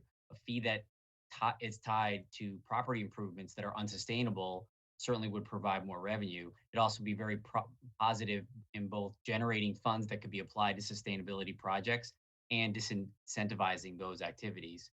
But a fee that disincentivizes new building could also hurt sustainability if it's applied, for instance, to building permits of replacing older inefficient housing with newer builds that leverage more modern, efficient technology. So while FinCom voted unfavorable action, we had a significant number of abstentions, as I said before, due to the lack of detail around what the fee would be and how it would be applied. So I think once the fee is more defined, FinCom could provide a better opinion of its impacts, but we did vote unfavorable action.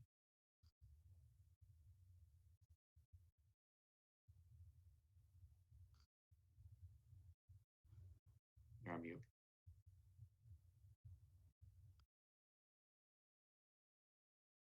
At this time, not seeing any other chairs of boards or committees rise. Members of town meeting, please use your request to speak button at the bottom right-hand corner of your V-Voter. I'd like to recognize Anthony Conti of Precinct 2. Thank you, Madam Moderator. I hope you can hear me now. Yep. Are you able to speak up just a little bit because Okay. you're kind of faint? Alrighty. Madam Moderator, I dispute the exaggerated claims about global warming, but I'd like to point out something about this particular proposal, which only requires a majority vote for the town to adopt the proposal, but requires a 2/3 vote if we want to end the fund that is established by this proposal. I think that's a very odd construction that would require a 2/3 vote to remove the fund that is established, but only a majority vote to adopt it in the first place. It seems like the proponents are attempting to make something permanent that no longer has majority support. And therefore, I would offer an amendment to subsection F to substitute majority for 2/3 vote of town meeting in subsection F. I've previously submitted a written statement, a written amendment to the town clerk.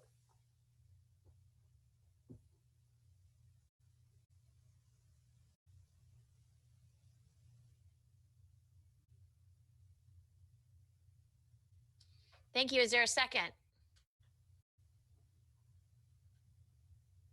Seeing a second on the motion by Seamus Brady of Precinct 1.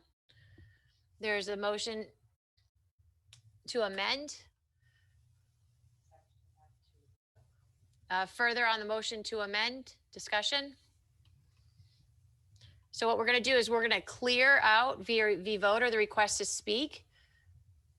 And I will now, if you'd like to speak on the motion to amend, please hit your speak button on voter. Seeing that there is no speaker in the queue, we'll move the motion to amend.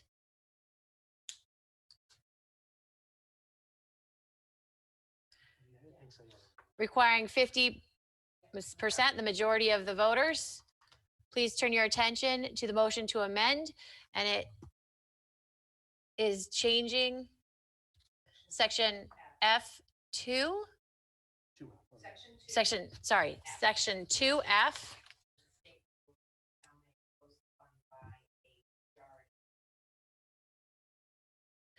And then, hold on one second, I'm gonna get you the exact language. Yep, I'm gonna have the town clerk please state the motion to amend so everyone is very informed on what they're voting. Hi, can everyone hear me? So the motion by Mr. Conti is to amend section 2, subsection F, and the sentence will now read as amended. The town may close the fund by a majority vote of the town meeting.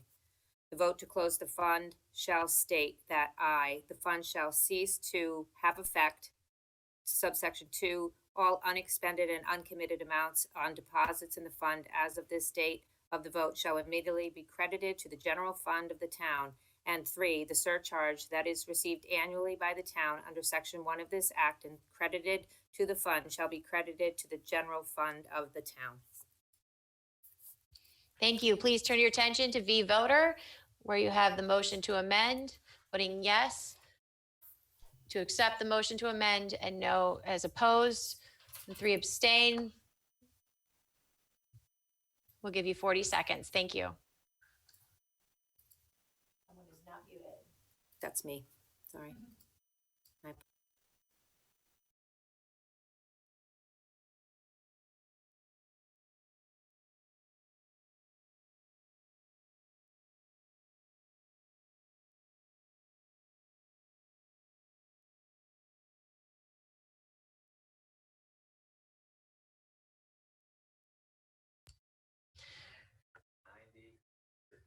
With 90 in the affirmative, 56 in the negative, the affirmatives have it, and the motion to amend is passed. Returning back to the original motion as amended.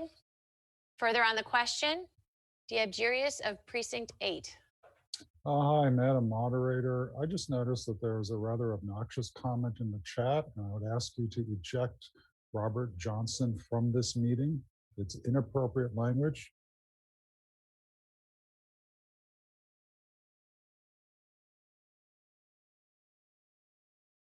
Thank you for drawing that to my attention. He is being removed from the town meeting.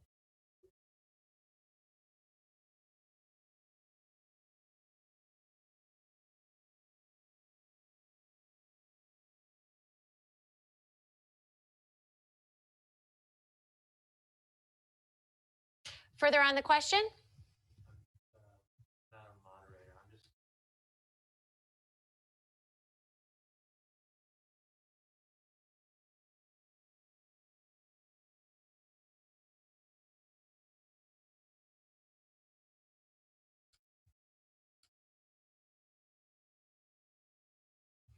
Are you ready for the question? Looks like you are, so let's get moving. A majority vote is required of the members present. Please turn your attention to the voter screen and select yes if you are in favor, no if you are opposed. We will provide 45 seconds for members to navigate the screens. One moment, please, actually.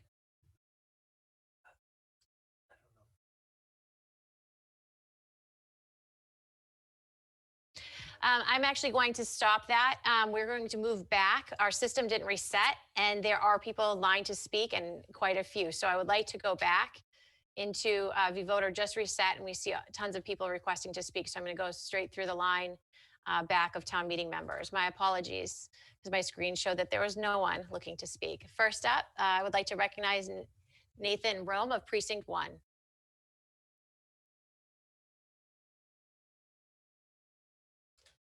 One moment before Nathan Rome, we have a point of order from Anthony Conti of Precinct 2.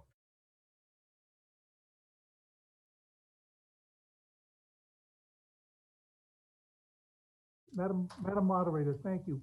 I have to question the authority of the moderator to eject a member of the town meeting and frankly, I don't know what was inappropriate about what the member who was ejected had to say, and I would like to know the authority of the moderator to eject an elected member of town meeting.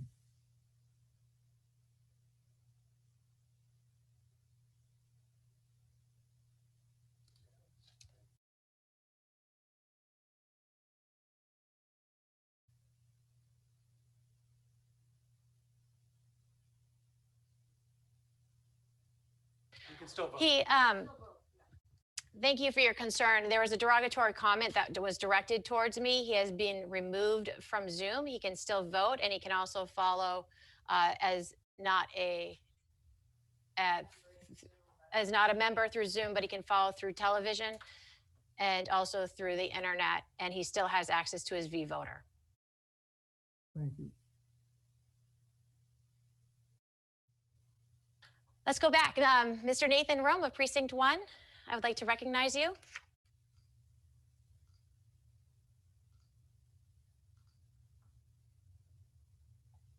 You hear me now? Yes, I can. Thank you. Thank you. I support, the climate aspect of it, but I think the surcharge on a building permit fee is misplaced.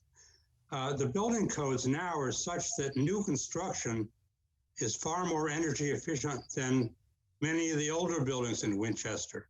So I think, yes, we should raise the money for this position, but I think it should be across the whole community and not a surcharge on building permits. Thank you. Roger Wilson of Precinct 1, I'd like to recognize you.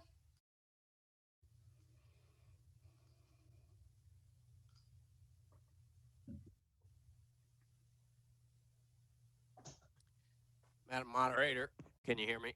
Yes, I can. Thank you. I've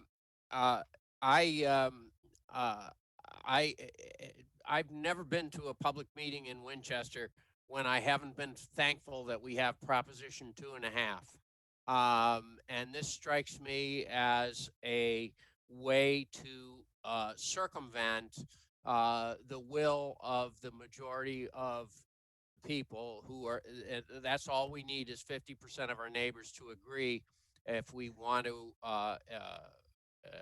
tax more heavily than Proposition 2.5 would allow. But I do have questions for the proponents of this. Number one, are we talking about a flat fee or a variable fee that would be a function of the dollar value of the permit? Number two, are we talking about building permits specifically? The building department has 11 different kinds of permits. And so is this only applying to a building permit? And number three question is, when we refer to the small value of a given permit, what are we talking about? What's small relative to this question? Thank you. From the town meeting member through me to Mr. Betancourt of the Select Board, the proponent. There's multiple questions in here. I hope you caught them all. But to reiterate for everyone, the first one is the flat fee or variable fee. And is it, what building permits is it specifically used for? Thank you, Madam Moderator. Through you to Mr. Wilson, and just to provide some context for town meeting at the outset here, the Select Board already has this authority to levy the fees on the building permits, and we will. And what we're intending really is something in the $50, $75 range, but we certainly will be looking to shift the burden to really the much larger projects that are coming through. And we're really just trying to generate some revenue to pay for this position because we feel like it's so necessary. And in fact, we do already pay out of the budget, the one that's presented here, for our energy consultant. And I think in the future, it may be the ability through the building department surcharge that we can pull back some of that money and actually get a credit to our budget. So I think that the fee is supposed to be and intended to be small. We will come back to town meeting for the budget process to appropriate those funds. So town meeting will have high visibility of what's going on with this surcharge fee. What we're essentially looking for is the ability to file legislation at the state level to really make sure that this is a separate fund that's protected and will make sure that the sustainability director position will be funded really for as long as possible. This isn't a short time commitment for the town. We're going to need somebody in this position for the long term. So we can't hire and fire like we've done in the past. We need somebody at a very high level to be doing this work. So, and I know I probably didn't answer all of Mr. Wilson's questions, so I'm happy to follow up. Yeah, I would like a follow-up. If you give me 1 minute also, I would like to recognize our legal counsel, Mina Macarius. Thank you, Madam Moderator. Just to clarify, and this may help answer some of Mr. Wilson's questions, but also just to clarify one point. The ask, as Mr. Betancourt said, is to go to the legislator to seek authorization in order to be permitted to charge this kind of surcharge in the first place. At the moment, the select board can raise building permit fees, but it doesn't have the special fund and all the other things Mr. Betancourt just said. To Mr. Wilson's question, but related to that, is in the very first section, I believe, the town of Winchester would be permitted by bylaw to do all of these things. So the reason that some of those questions that Mr. Wilson asked are not answered in the legislation is to provide enough flexibility for town meeting to then set those things by bylaw, what minimum construction value means, and to give the select board in some cases the ability to change the fee. But the point is so that we don't have to go back to the legislator every time if this passes to decide what minimum construction means. And to answer his other question, it would only apply by the terms of the legislation to building permits, not to all permits issued by the building department. Thank you. Mr. Wilson, did you have a follow-up?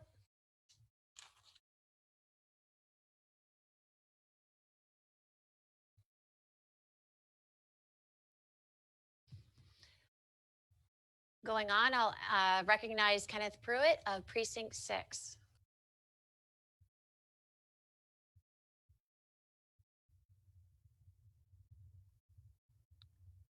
I was muted there. I'm sorry. Oh, I'm sorry. Did you have a follow-up question, Mr. Wilson? Yes. My question, am I correct in understanding from what Mr. Betancourt said that we are not talking about a variable fee, but a flat fee of between $50 and $75 per permit of a certain magnitude? From town meeting member to Mr. Betancourt of the Select Board. Proceed. Thank you, Madam Moderator, through you to Mr. Wilson. Yeah, that is our intention. We are trying desperately to fund this needed position. It's been cut out of the budget twice. It may be that in the future we come back to town meeting and we present a much more variable scale or something like that. But we're really looking to target the bigger projects, and we have about 1,000 building permits a year, so we're trying to figure a way to generate some money to offset the revenue shortfall that would fund this position. So we intended to be small.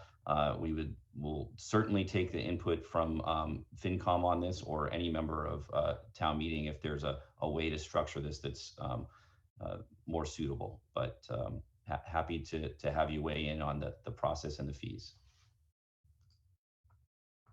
Thank you. Mr. Kenneth Pruitt of Precinct 6, I'd like to recognize you. Thank you, Madam Chair. And I was a member of the 18-member Climate Action Plan Committee that wrote the current Climate Action Plan. That was in response to the Select Board setting a goal of 80% reduction in greenhouse gas pollution by 2050. But I'll note that figure is actually low compared to the commitments made by the state of Massachusetts. Both the legislature in a recently passed climate bill that the governor signed in March, and also the governor's own Executive Office of Energy and Environmental Affairs has committed to net zero greenhouse gas pollution by 2050. So these requirements are coming mostly from the state. These include eliminating gasoline-powered vehicles by 2035, which about 12 or 13 states across the country are agreeing to do, and also to move homes to all-electric heat pump homes that are fueled with clean electricity. So in writing the Climate Action Plan, our 18-member committee looked at how we can best ease the transition for Winchester residents and businesses to a clean energy future. And our number one recommendation to do that was to hire a sustainability director. The amount of work necessary to make this possible, to drive down greenhouse gas pollution over time to the magnitude that we need to avoid the climate crisis, is such that we just can't do it with strictly volunteer labor or even with existing town staff and consultants, as wonderful as they are. And so I strongly endorse this warrant article. I think it's a creative way to fund the position, but more importantly, we simply have to have this position, and that was the unanimous opinion of our 18-member committee. Thank you.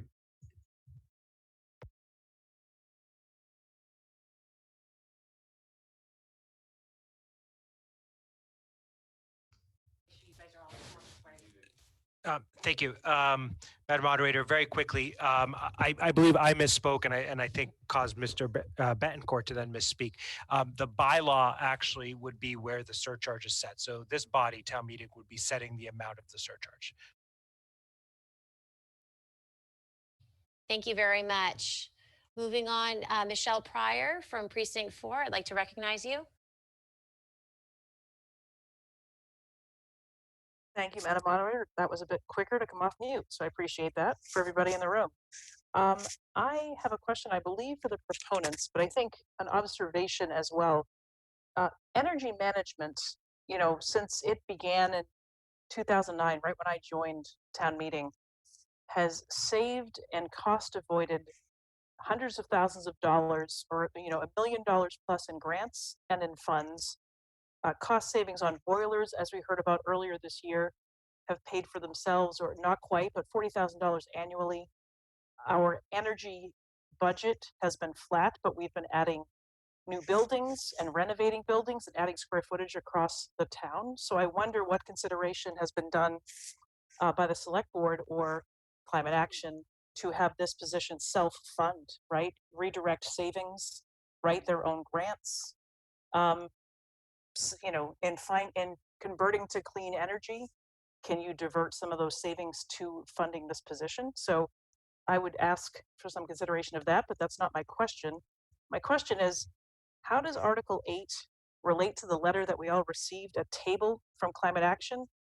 And if this article passes, do we not expect another motion to fund the sustainability director at a later budget time when budget articles are taken up? I'm just curious what the letter to fund it and how that relates to this Article 8, or if there's a different motion looming to fund this position later in the budget cycle. So I don't know if that's a motion for a question for Mr. Betancourt or Climate Action, but I'll leave it up to you, Madam Moderator, to direct that one appropriately.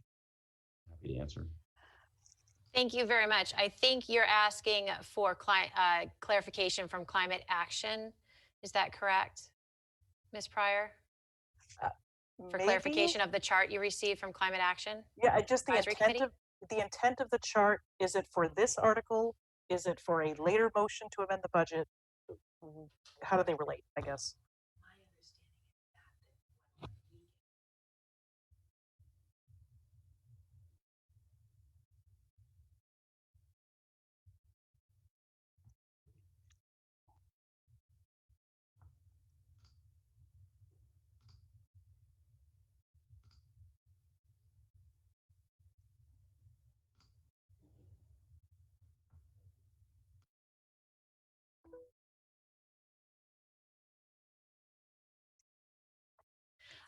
I am going to have Mr. Michael Betancourt of the Select Board respond to that question regarding the memo.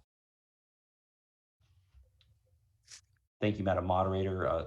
Through you to Ms. Pryor. I think that it was an affirmation of the goals of the Climate Action Plan from the Climate Action Advisory Committee. The Select Board is in full agreement that we need to fund this position. I'm not sure what is going to happen later in town meeting on the budget. The Select Board won't be moving any motions. I think how we fund this position is something for town meeting to decide.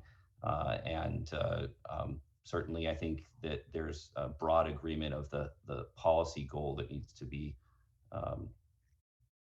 pursued here. And this is one solution, but I think that they're working towards the same goal, but I don't think they're mutually exclusive. And also just to weigh in through you, Madam Moderator, on the kind of prior comment about the cost avoidance. A lot of what we do and what the great Susan McPhee has done for the town with implementing the first Climate Action Plan and really continuing to provide cost avoidance for us is we do a lot of projects. We have solar in our buildings. We've got a LEED Gold high school that was built. We have boilers that we've saved money on, but the real problem for our budget right now is revenue. So if we get a electric charging station, it's a great benefit to us for a certain value, but it doesn't put cash in our pocket. And I think that is what we're trying to do here, is to be a little creative by making sure that even if we fund through the budget this position in FY22, there's less money in FY23 and certainly less money in FY24. So I think the goal here is to work with town meeting and to work with the residents to make sure that we hire a sustainability director, we can fund it, and we have identified funding sources, and this position will not get cut out in future years.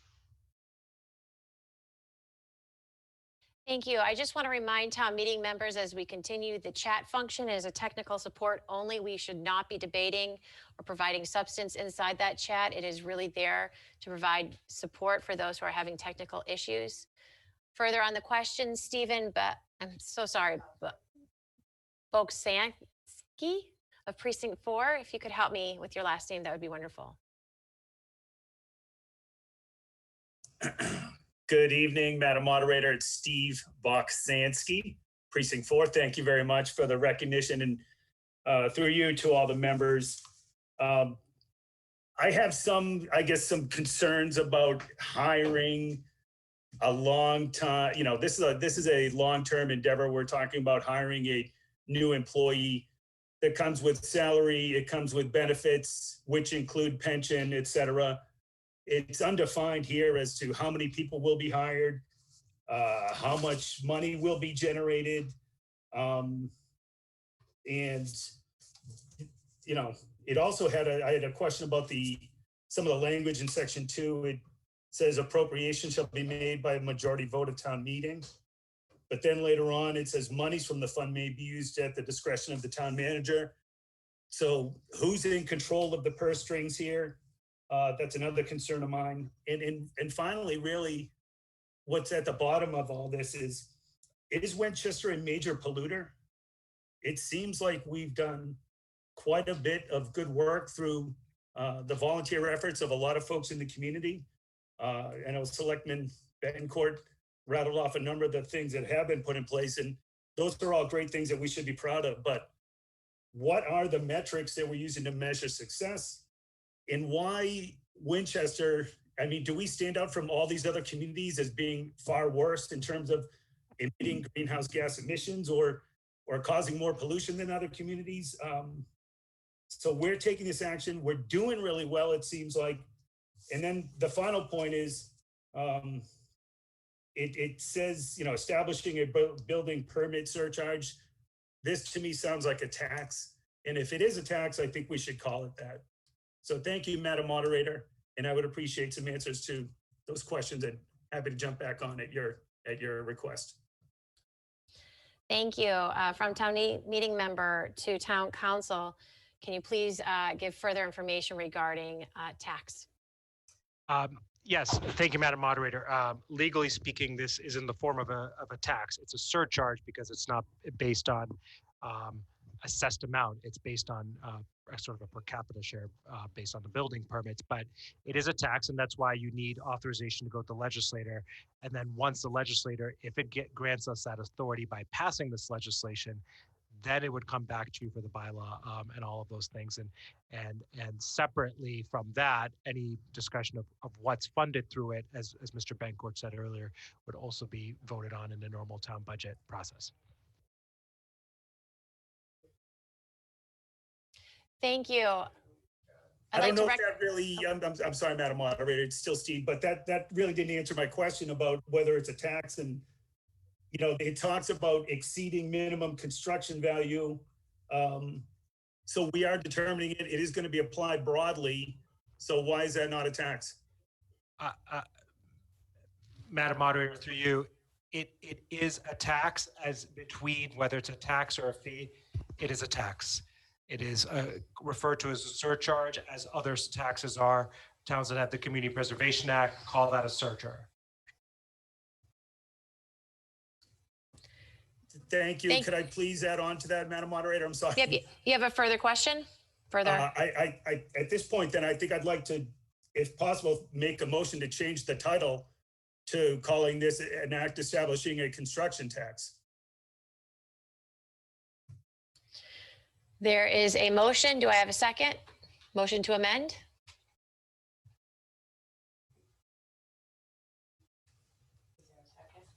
Not seeing a second. Second on the motion, Eric Keogh from Precinct 5. We will now debate the motion to amend to change the title.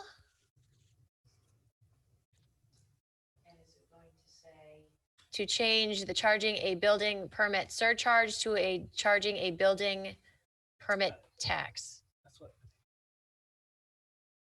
Can you please confirm your motion to amend, Mr.? I'm going to do it again. I'm so sorry. Okay. Boxkansky? Very close, Madam Moderator. Thank you again for trying. It's very simple in the 3 syllables, Boxkansky. Thank you. And I would love to have the motion say an act establishing a construction tax in the town of Winchester.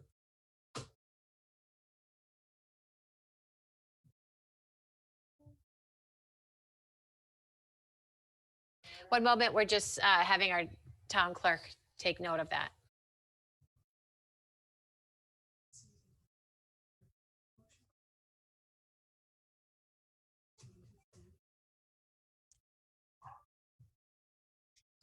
All right, so now we're going to vVoter for request to speak. There's one speaker in line. There's no speaker in line. With that motion to amend, seeing no one, I believe that we are ready for the vote for the question. A majority of the members is required. Please turn your attention to your vVoter screen and select yes if you are in favor and no if you are opposed. Prior to doing that, I'd like to reread the motion to amend.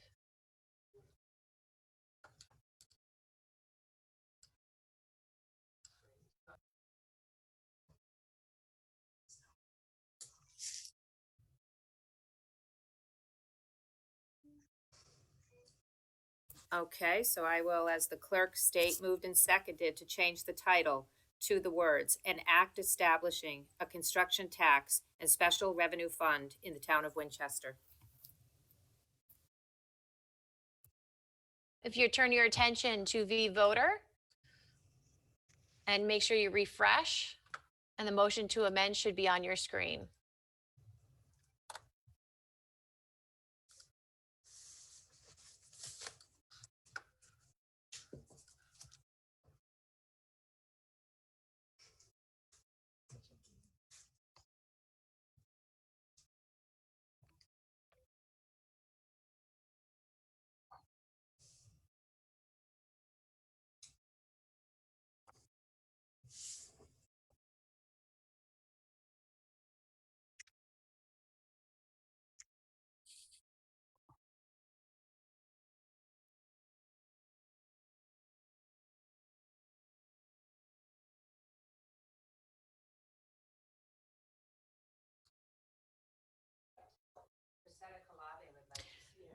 Requiring a majority with 60 in the affirmative, 95 in the negative.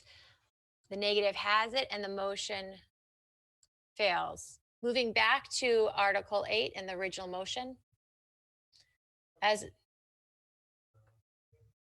I would like to recognize Priscilla Calabi, Precinct 1.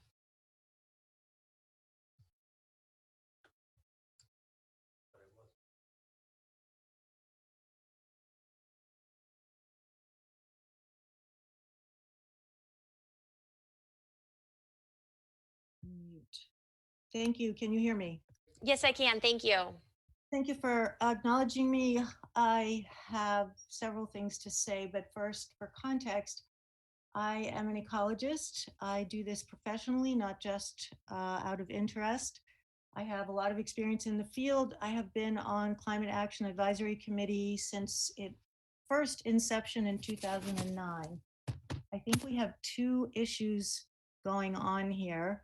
One of them has to do with the position, and one of them has to do with the funding for the position. I agree that Winchester has made big strides. In some ways, we're ahead of other communities. We had an energy management coordinator before other communities did, by far. We're one of the early green communities in Massachusetts. We have won awards on this stuff. It's not about, where are we compared to other communities? It's that there are issues that are facing all communities, things about climate preparedness. It's not just about how to use greener energy. It's about changing our interaction with all the resources in the planet and doing that to meet the legal thresholds that have been put in place in Massachusetts. We want to do it in the most supportive way possible. We want to do it in the most effective way possible. And we want to do it in the most financially sensible way possible. I was very impressed with the idea of Article 8. Winchester has benefited greatly from policies like this in the past. For example, the yellow sheets in your budget packet, those are policies like this that were put in place in the early 2000s. Someone can correct me, 2002, 2001. The Building Stabilization Fund and the Capital Stabilization Fund are of the same sort of home rule policy, just like we're proposing here. It's the bedrock of our fiscal platform, because without that, we wouldn't have reliable income, we wouldn't have the stream and the savings that we have to deal with what comes up.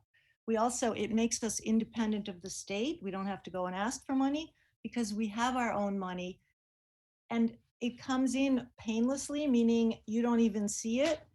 The amount is tiny. It would only pertain to households that choose to do some kind of building.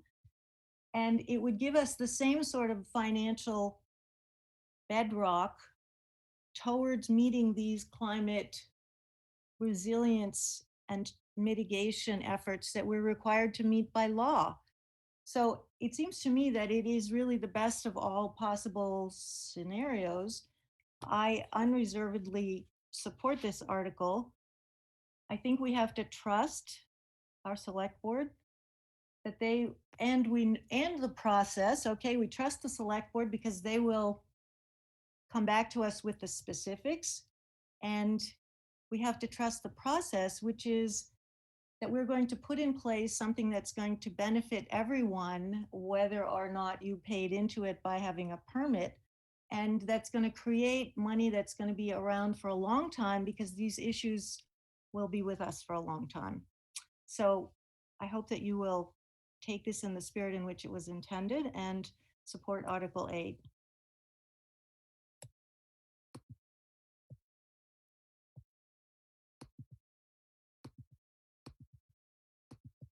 And now I can't hear anybody.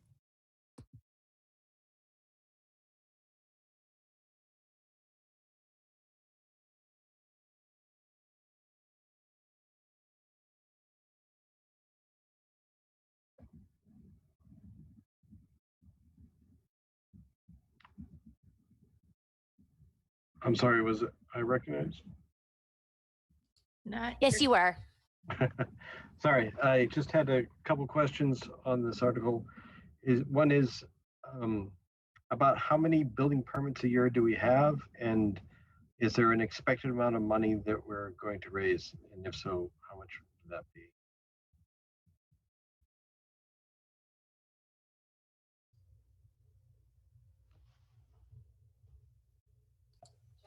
I'd like to recognize Mr. Weil from the building department. Would you be able to answer the question of the number of permits per year?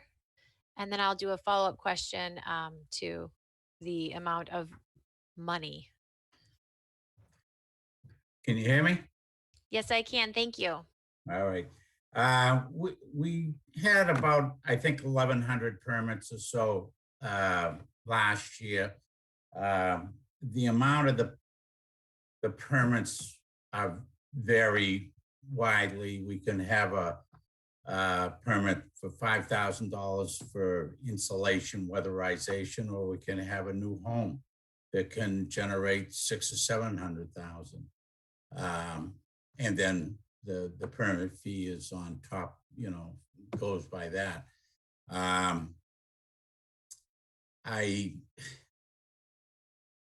I have reservations about this. I think when we are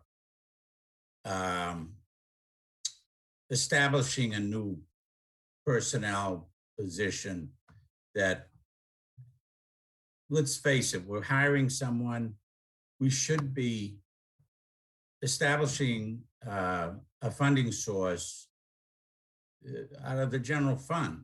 I mean, I can see people coming in now, say they're going to do a $300,000 job, and somebody says it's going to cost you $75 more. They'll say, well, okay, we'll do a $250,000 job, and we'll get a reduction in possibly revenue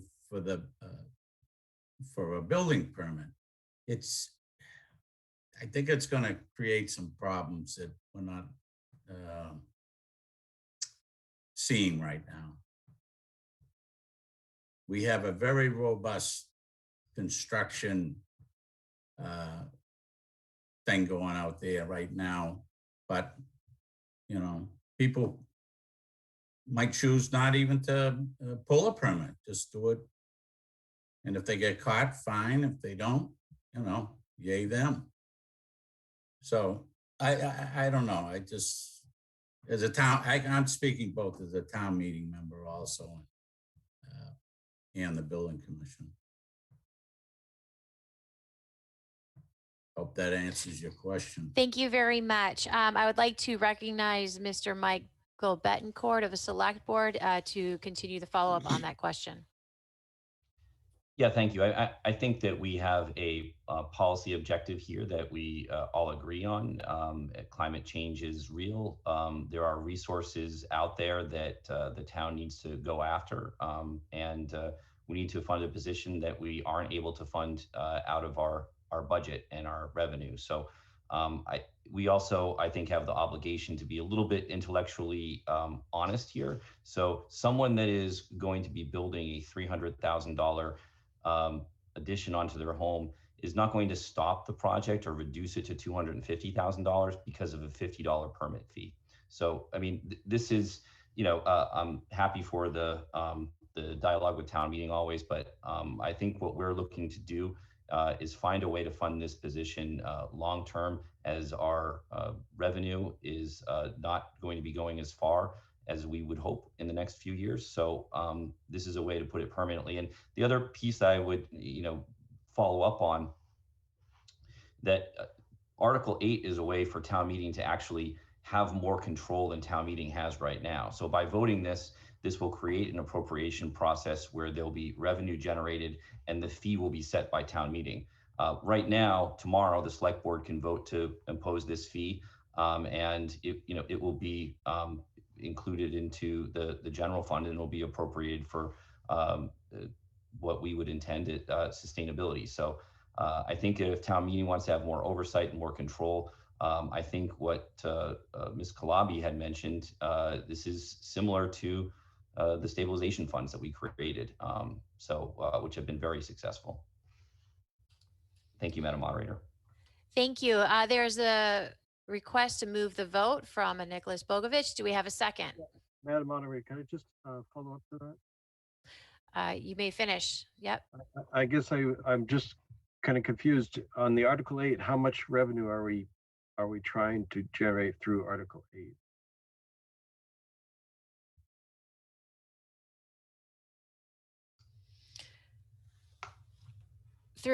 From town meeting member through the moderator to member of the select board, Michael Betancourt. Can you please confirm, Mr. Michael Betancourt, the amount of money that you're hoping to generate through this measure?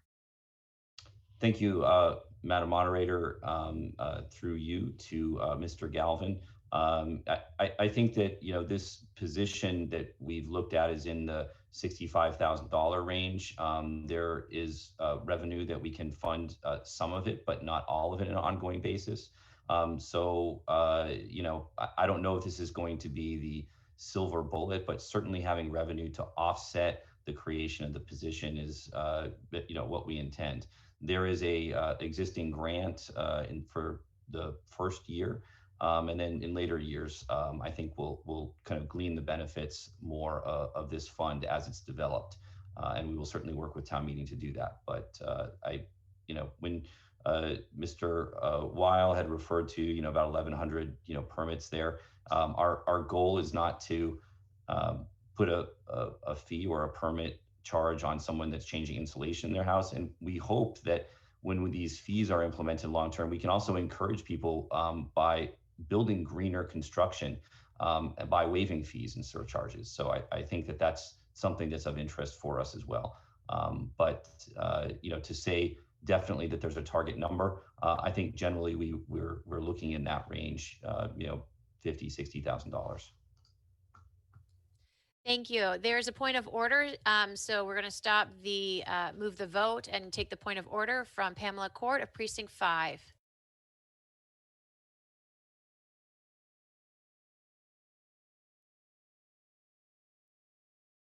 Hi, thank you very much, Madam Moderator.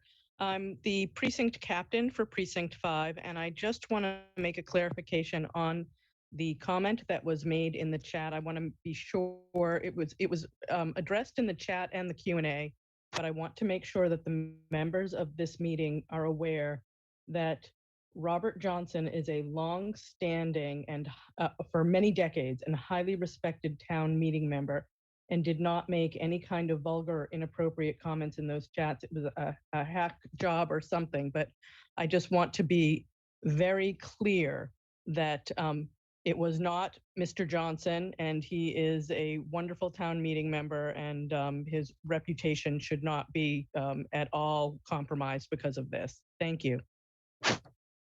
Thank you.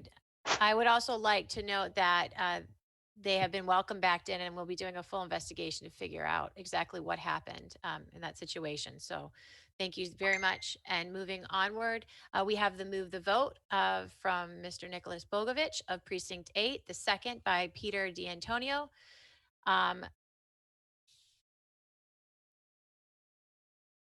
And before we do anything, let's take a moment to refresh vVoter. And a majority of members present is required to move the question. There are currently 9 speakers in line, with 3 of them already spoken. Please turn your attention to your vVoter screen and select yes if you are in favor in moving the vote, and no if you are opposed. 3 if you abstain. By moving the vote, it will end all debate, and the original question as amended would be brought before you for your consideration.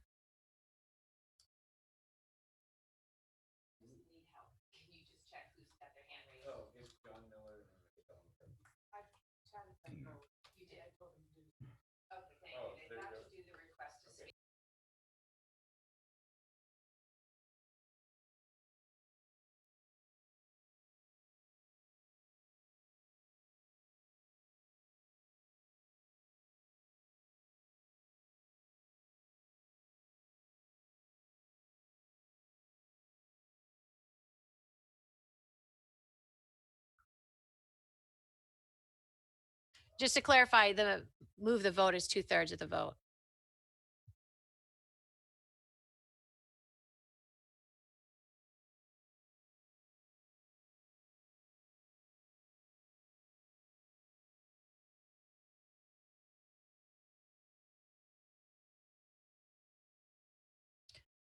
$157 voted.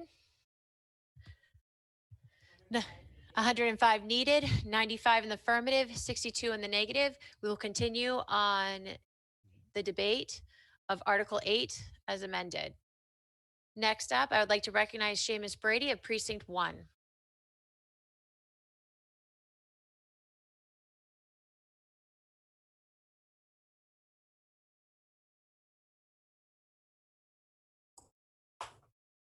Hi, are you able to hear me, Madam Moderator?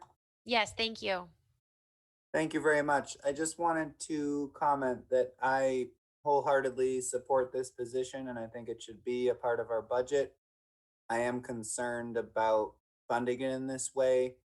I just feel like it doesn't send the right message that we need to create a special provision for funding this when it is important and it should just be a part of our budget. There's many ways to fund things specially. If we wanted to, we could ask citizens of our town to donate every year to fund this position, but we shouldn't do that. It's an important position. It should just be funded from our budget. I don't think we should need to do anything special to fund it. We don't, do anything special to fund a lot of other really important positions in town. This is really important. It should just be within our regular budget process. Thank you. Thank you. I'd like to recognize Stephanie Zaremba of Precinct 2.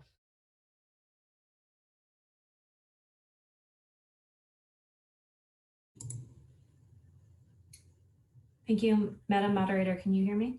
Yes, I can. Thank you. Thank you. I want to also voice my strong support of this article. I believe that the position and the sustainability efforts that it will fund are very important, but I wanted to specifically raise my perspective as a somewhat fairly new resident to Winchester, and also someone who recently completed a construction project that would have been subject to this surcharge. Prospective residents to the town are going to increasingly look for some form of funding. I don't disagree with Mr. Brady that it would be great to fund this through our ordinary budget, but that's not the reality facing us. And I think it behooves us. We can vote to close the fund and fund it through the normal budget simple majority at a later time, but people looking around town, different towns to move to are going to look for this. I totally agree with Mr. Betancourt. Prospective projects are not going to be impacted by this. I can tell you a lot of the specific fees I paid recently. I have no idea what my building permit fee was. I don't care what, like, it's just something you have to pay. You don't even, it's not going to make or break people's decisions for the most part. And prospective companies and developers are also going to increasingly look for towns that have this. I can also tell you, I looked at solar panels recently, and Winchester is behind a lot of other towns around us in terms of what we offer of incentives. There are funds that we're leaving on the table that residents, companies, developers are going to look for. Even the largest climate change skeptics among us, even if you disagree with everything that was presented there with the science, we all want to attract residents and companies and developers. So I think even if you totally don't agree with the basis, the logic for supporting this is really sound because it's really important for continuing to make our town attractive. Thank you. Thank you. I'd like to recognize Diab Jirius of Precinct 8. Thank you, Madam Moderator. I'm going to cut my comments very short here. I fundamentally believe we need to fund a sustainability director. We need to do it at this town meeting.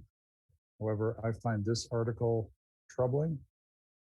I fundamentally disagree with this method of funding any position, not just that of sustainability director. As a previous commenter said, when we establish other positions, we don't seek special funds for them. If this is such a high priority position, why is it not a line item in our budget? I don't understand.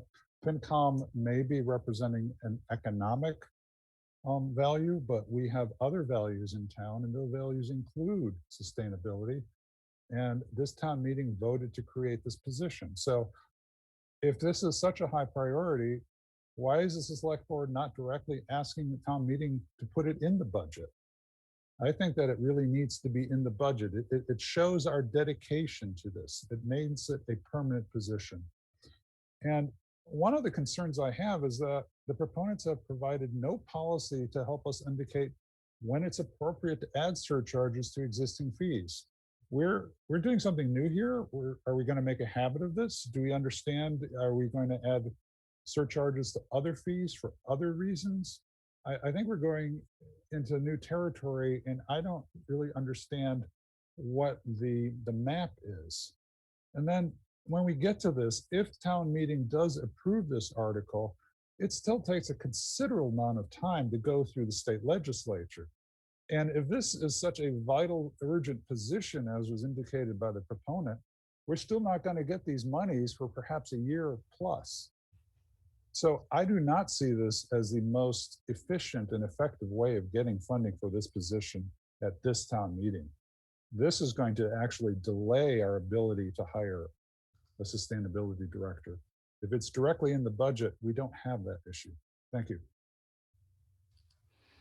Thank you. Further on the question, Sherry Winkleman of Precinct 8.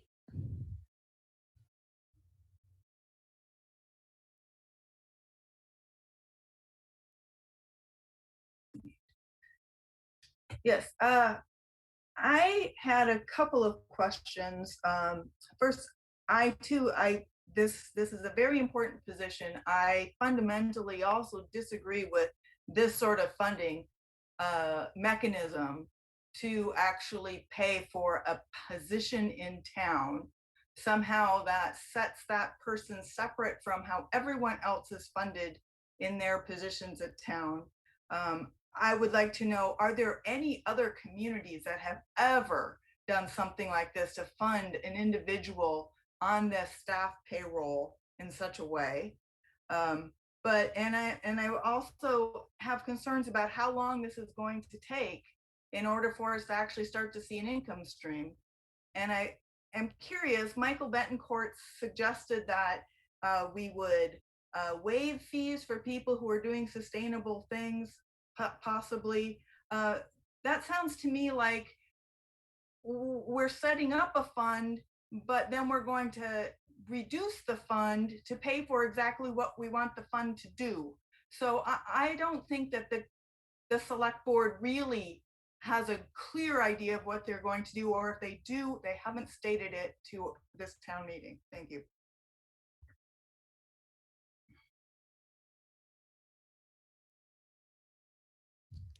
Thank you. I recognize Monica Ross of Precinct 6.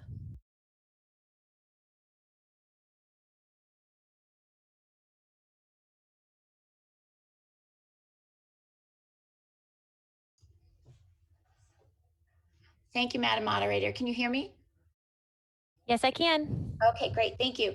I'm just wondering if we have any information from Lexington on tangible results that have come about after hiring their sustainability director. Thank you.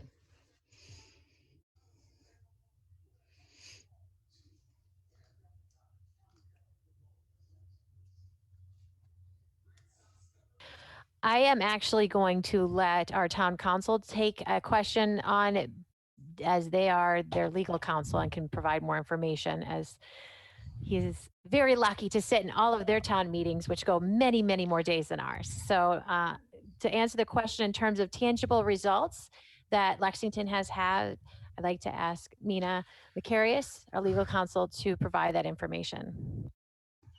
Thank you. Yeah. So speaking for a second in my capacity as Lexington Town Council and Winchester Town Council, I guess the short answer is that the sustainability coordinator in Lexington has been instrumental in bringing in several grants, helping process solar energy proposals for town buildings, doing a lot of sort of the managing of the sustainability committee and providing staff resources to that.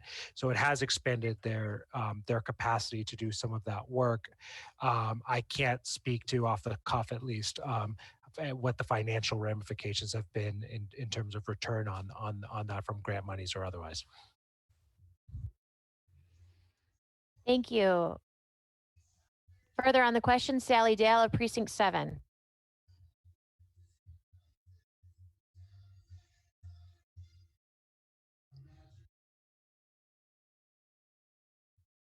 Thank you, Madam Moderator. Can you hear me?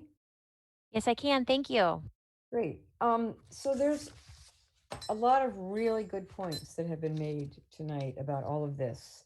And one point I would add to that is something that we do in our household budgeting is you don't use a variable funding source for a fixed expense.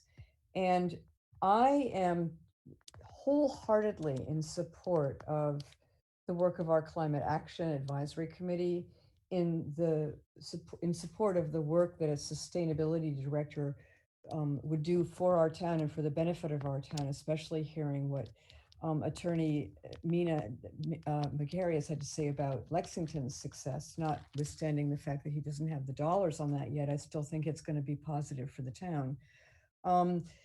But I really believe that all of this should be rolled into our usual funding mechanism for adding staff to the town. And I think what this dialogue is unveiling is the importance of all of us bringing our principles to the table when we talk about our town budget. That it's really important that we make our priorities, make the budget be a reflection of our priorities. And I'm hearing tonight a huge amount of support in this town for environmental sustainability and ways that we can improve the operations and the policies and the regulations of our town to ensure that we're more sustainable. But that will cost money in our budget. And there are needs in our budget for people to be added to make our town more efficient and safer and more environmentally responsible. So using fees as a funding mechanism for such an important position is not something that I would support. I think that's all I have to say. Thank you very much. Just so everyone is aware, we're at the 10:30 hour. We have 9 town meeting members in line to speak. Next on the question, Jacqueline Welch of Precinct 5.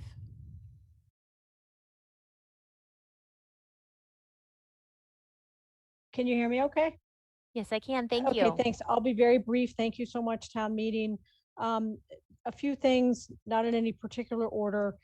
It was indicated by Mr. Betancourt that this fund won't be sufficient to actually pay for the full, whether it's an FTE or whatever the role is. So I think that's important. Obviously, it's possible that the money could be used for something else if the funding was ever put in place for the position. So I guess that gets to my second point, which is at some point, whether it's this town meeting or a future town meeting, if the position is funded, then what happens with this surcharge? And maybe the idea is that the surcharge could go for some other sustainable effort, and that certainly may be the case, but the wording of this warrant article suggests differently. So, and I guess overall, I'm just kind of wondering if this should be postponed until later in town meeting if this position isn't funded through the budget. That's all I'm asking. I mean, I agree with many of the comments that have already been made. It's obviously seems like a very important role. It just seems like there's a few questions along the way here on the procedure. So I mean this in a constructive way. Thank you. Just to clarify, Ms. Welch, are you asking for the town meeting to consider postponing to the last item on the agenda for town meeting? Well, I'm just kind of wondering, there seems to be a consensus about the importance of this. And from what I understand, there may be, I'm only from reading town meeting emails I've received, there may be some discussion about a budget item for this position. So I'm actually kind of a little confused because I'm thinking, since there's been a lot of comment that people think that it's best if an FTE is paid for through the budget, whether or not that sort of discussion should play out. And then if for any reason that doesn't work out, then maybe warrant Article 8, has a consensus, because at least there'd be some funding mechanism. That's all I'm asking, because otherwise, what do we do? Does that mean that if Article 8 passes, that then the folks who have indicated interest in an FTE funded through the general fund would then no longer be sort of pushing for that, even though Mr. Betancourt had indicated that this surcharge amount will not fully pay for the FTE. So anyway, I'm not trying to overcomplicate things. I think, there's a lot of consensus here in this direction. I'm just asking really a procedural question. Should we postpone this? Certainly not in any way as a negative, more of the opposite, that, then if it evolves in this town meeting that this position ends up being paid for through the general fund, then perhaps warrant Article 8 either may have a different purpose or may be mooted. Thank you. Thank you. There is a motion on the table to lay.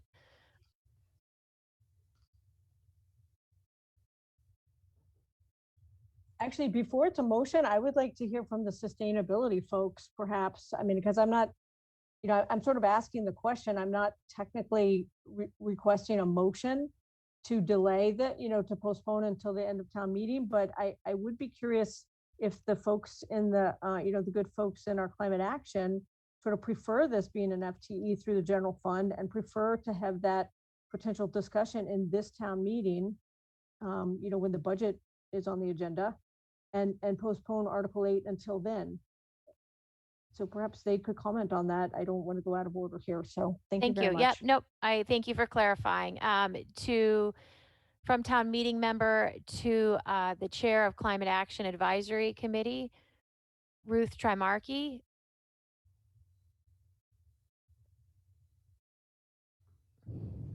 Can you provide some insight on your thoughts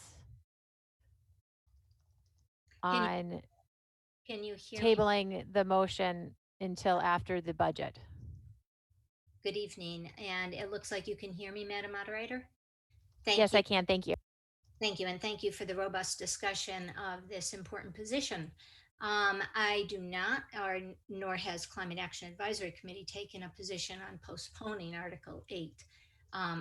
As a town meeting member, I will be making a recommendation later when we get to the budget to return funding to the budget for this position. Thank you. Thank you. Next on the question. I'm sorry, can I just ask clarification? Ms. Trimarchi, are you suggesting that even if warrant Article 8 passes, that the Climate Action Committee would still be asking for the budget to include the funding through the general fund for the FTE? Yeah, am I able to be heard at this time? I can hear you. Thank you so much, Jackie. Ms. Welch. Yes, we will. And the reason is reflected in many speakers' earlier comments, which is that these two could work in concert very well. We certainly believe that this is an essential position that should be in the full budget, and that's our proposal we'll bring forward later. But there's no reason that we have no position, particularly on Article 8, nor on any funding stream. But we do support the position a great deal. Yes. Thank you. Thank you for that. If you don't mind, Town Moderator, I would just note that that seems to suggest a procedural sort of timing issue for town meeting that, but I don't want to insert myself here in this process because I mean this in a constructive way, but it seems like if this is coming up anyway with the budget, if it would pass, then it seems unclear what town meeting would have just voted for Article 8. So, I mean, I'm not suggesting that a surcharge still, could be advocated for other sustainable projects, but that's a different article than Article 8 is written. Not trying to overcomplicate this, just kind of asking that question about whether or not, given the chair, Ms. Trimarchi's comments, whether or not this should be, just temporarily postponed until after the budget discussion, but just asking. Thank you.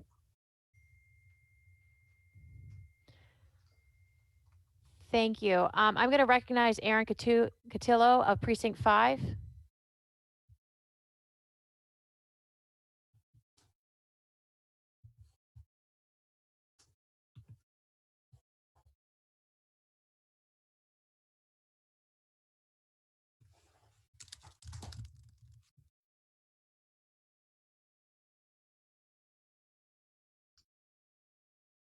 Thank you, Madam Moderator. I'd like to make a motion to move this to after Article 20, which is when we vote the budget. Thank you. There's a motion on the table to lay Article 8 as amended on the table until after Article 20. Do I have a second? Second on the motion, Diab Jurius of Precinct 8. If you can please turn to your V-Voter, give us a minute to set that up. Make sure you refresh while we get the vote ready.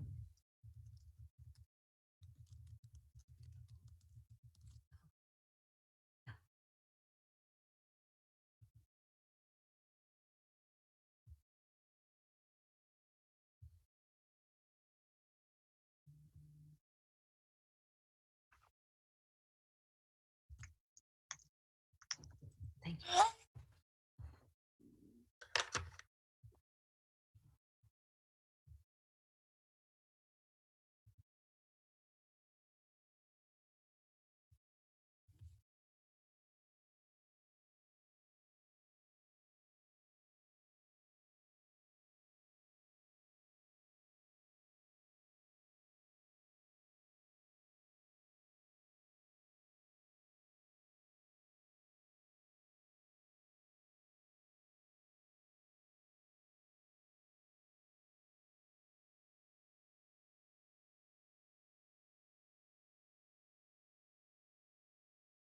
Thank you, everyone. We're just working to get the language up for you.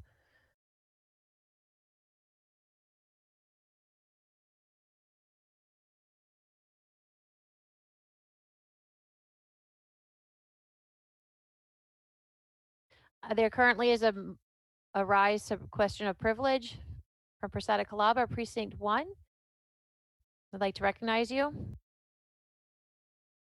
Thank you, Madam Moderator. I would like to clarify the comment by Chair Ruth Trimarchi I am also on Climate Action Advisory Committee, and to be sure that no one misunderstands, the committee explicitly voted against addressing funding in any way. We did not vote on this policy article, home rule, nor did we vote on the budget. We explicitly voted simply to support the position and to abstain from making any comment on funding. We said and still feel that it is not in our purview to address the funding of this as a committee, that should be to FinCom and Select Board, and that we defer to their grasp of the bigger picture. No one this evening has talked about the budget, the $2 million deficit, the OPEB, and the large raises that were given to safety officials in town, and all of those things that are making budgetary considerations very difficult. It's so exciting to make to vote for a thing like a sustainability director position, but there are many financial considerations that have not been part of this conversation. Excuse me. So your point of privilege has been extended, and we need to go back to move the vote. Thank you. The debate can continue after we take the motion. So moving to your V voter is moved and seconded that we take Article 8 as amended and table it until time certain, which is after Article 20. If you turn to your V voter, vote yes for the affirmative, which will postpone it until that time certain. No, we will continue. And 3 will abstain. Make sure when you click vote, after you make your selection, that it notes that it was received. Thank you.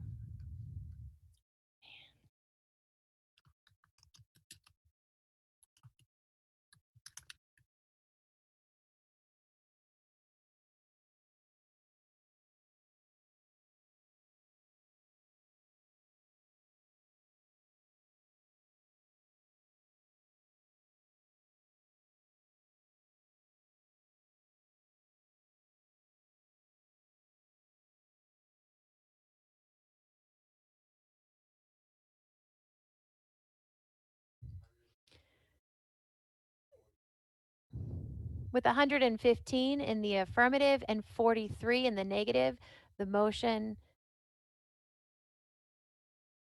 passes. And we will continue that discussion after we take up Article 20. Given the late hour, there were a couple of things we're going to go over, but I will have the town clerk send you an update on how we're going to proceed with Article 20. And we will give you that information through email. So please look through that so you're ready as town meeting members to have questions and ready for that. And I would love to take a motion to adjourn, and we will reconvene next Thursday at 7:30. May 6th, this Thursday. So moved. Second. Adjourned. Thank you so much, everyone, and have a wonderful evening.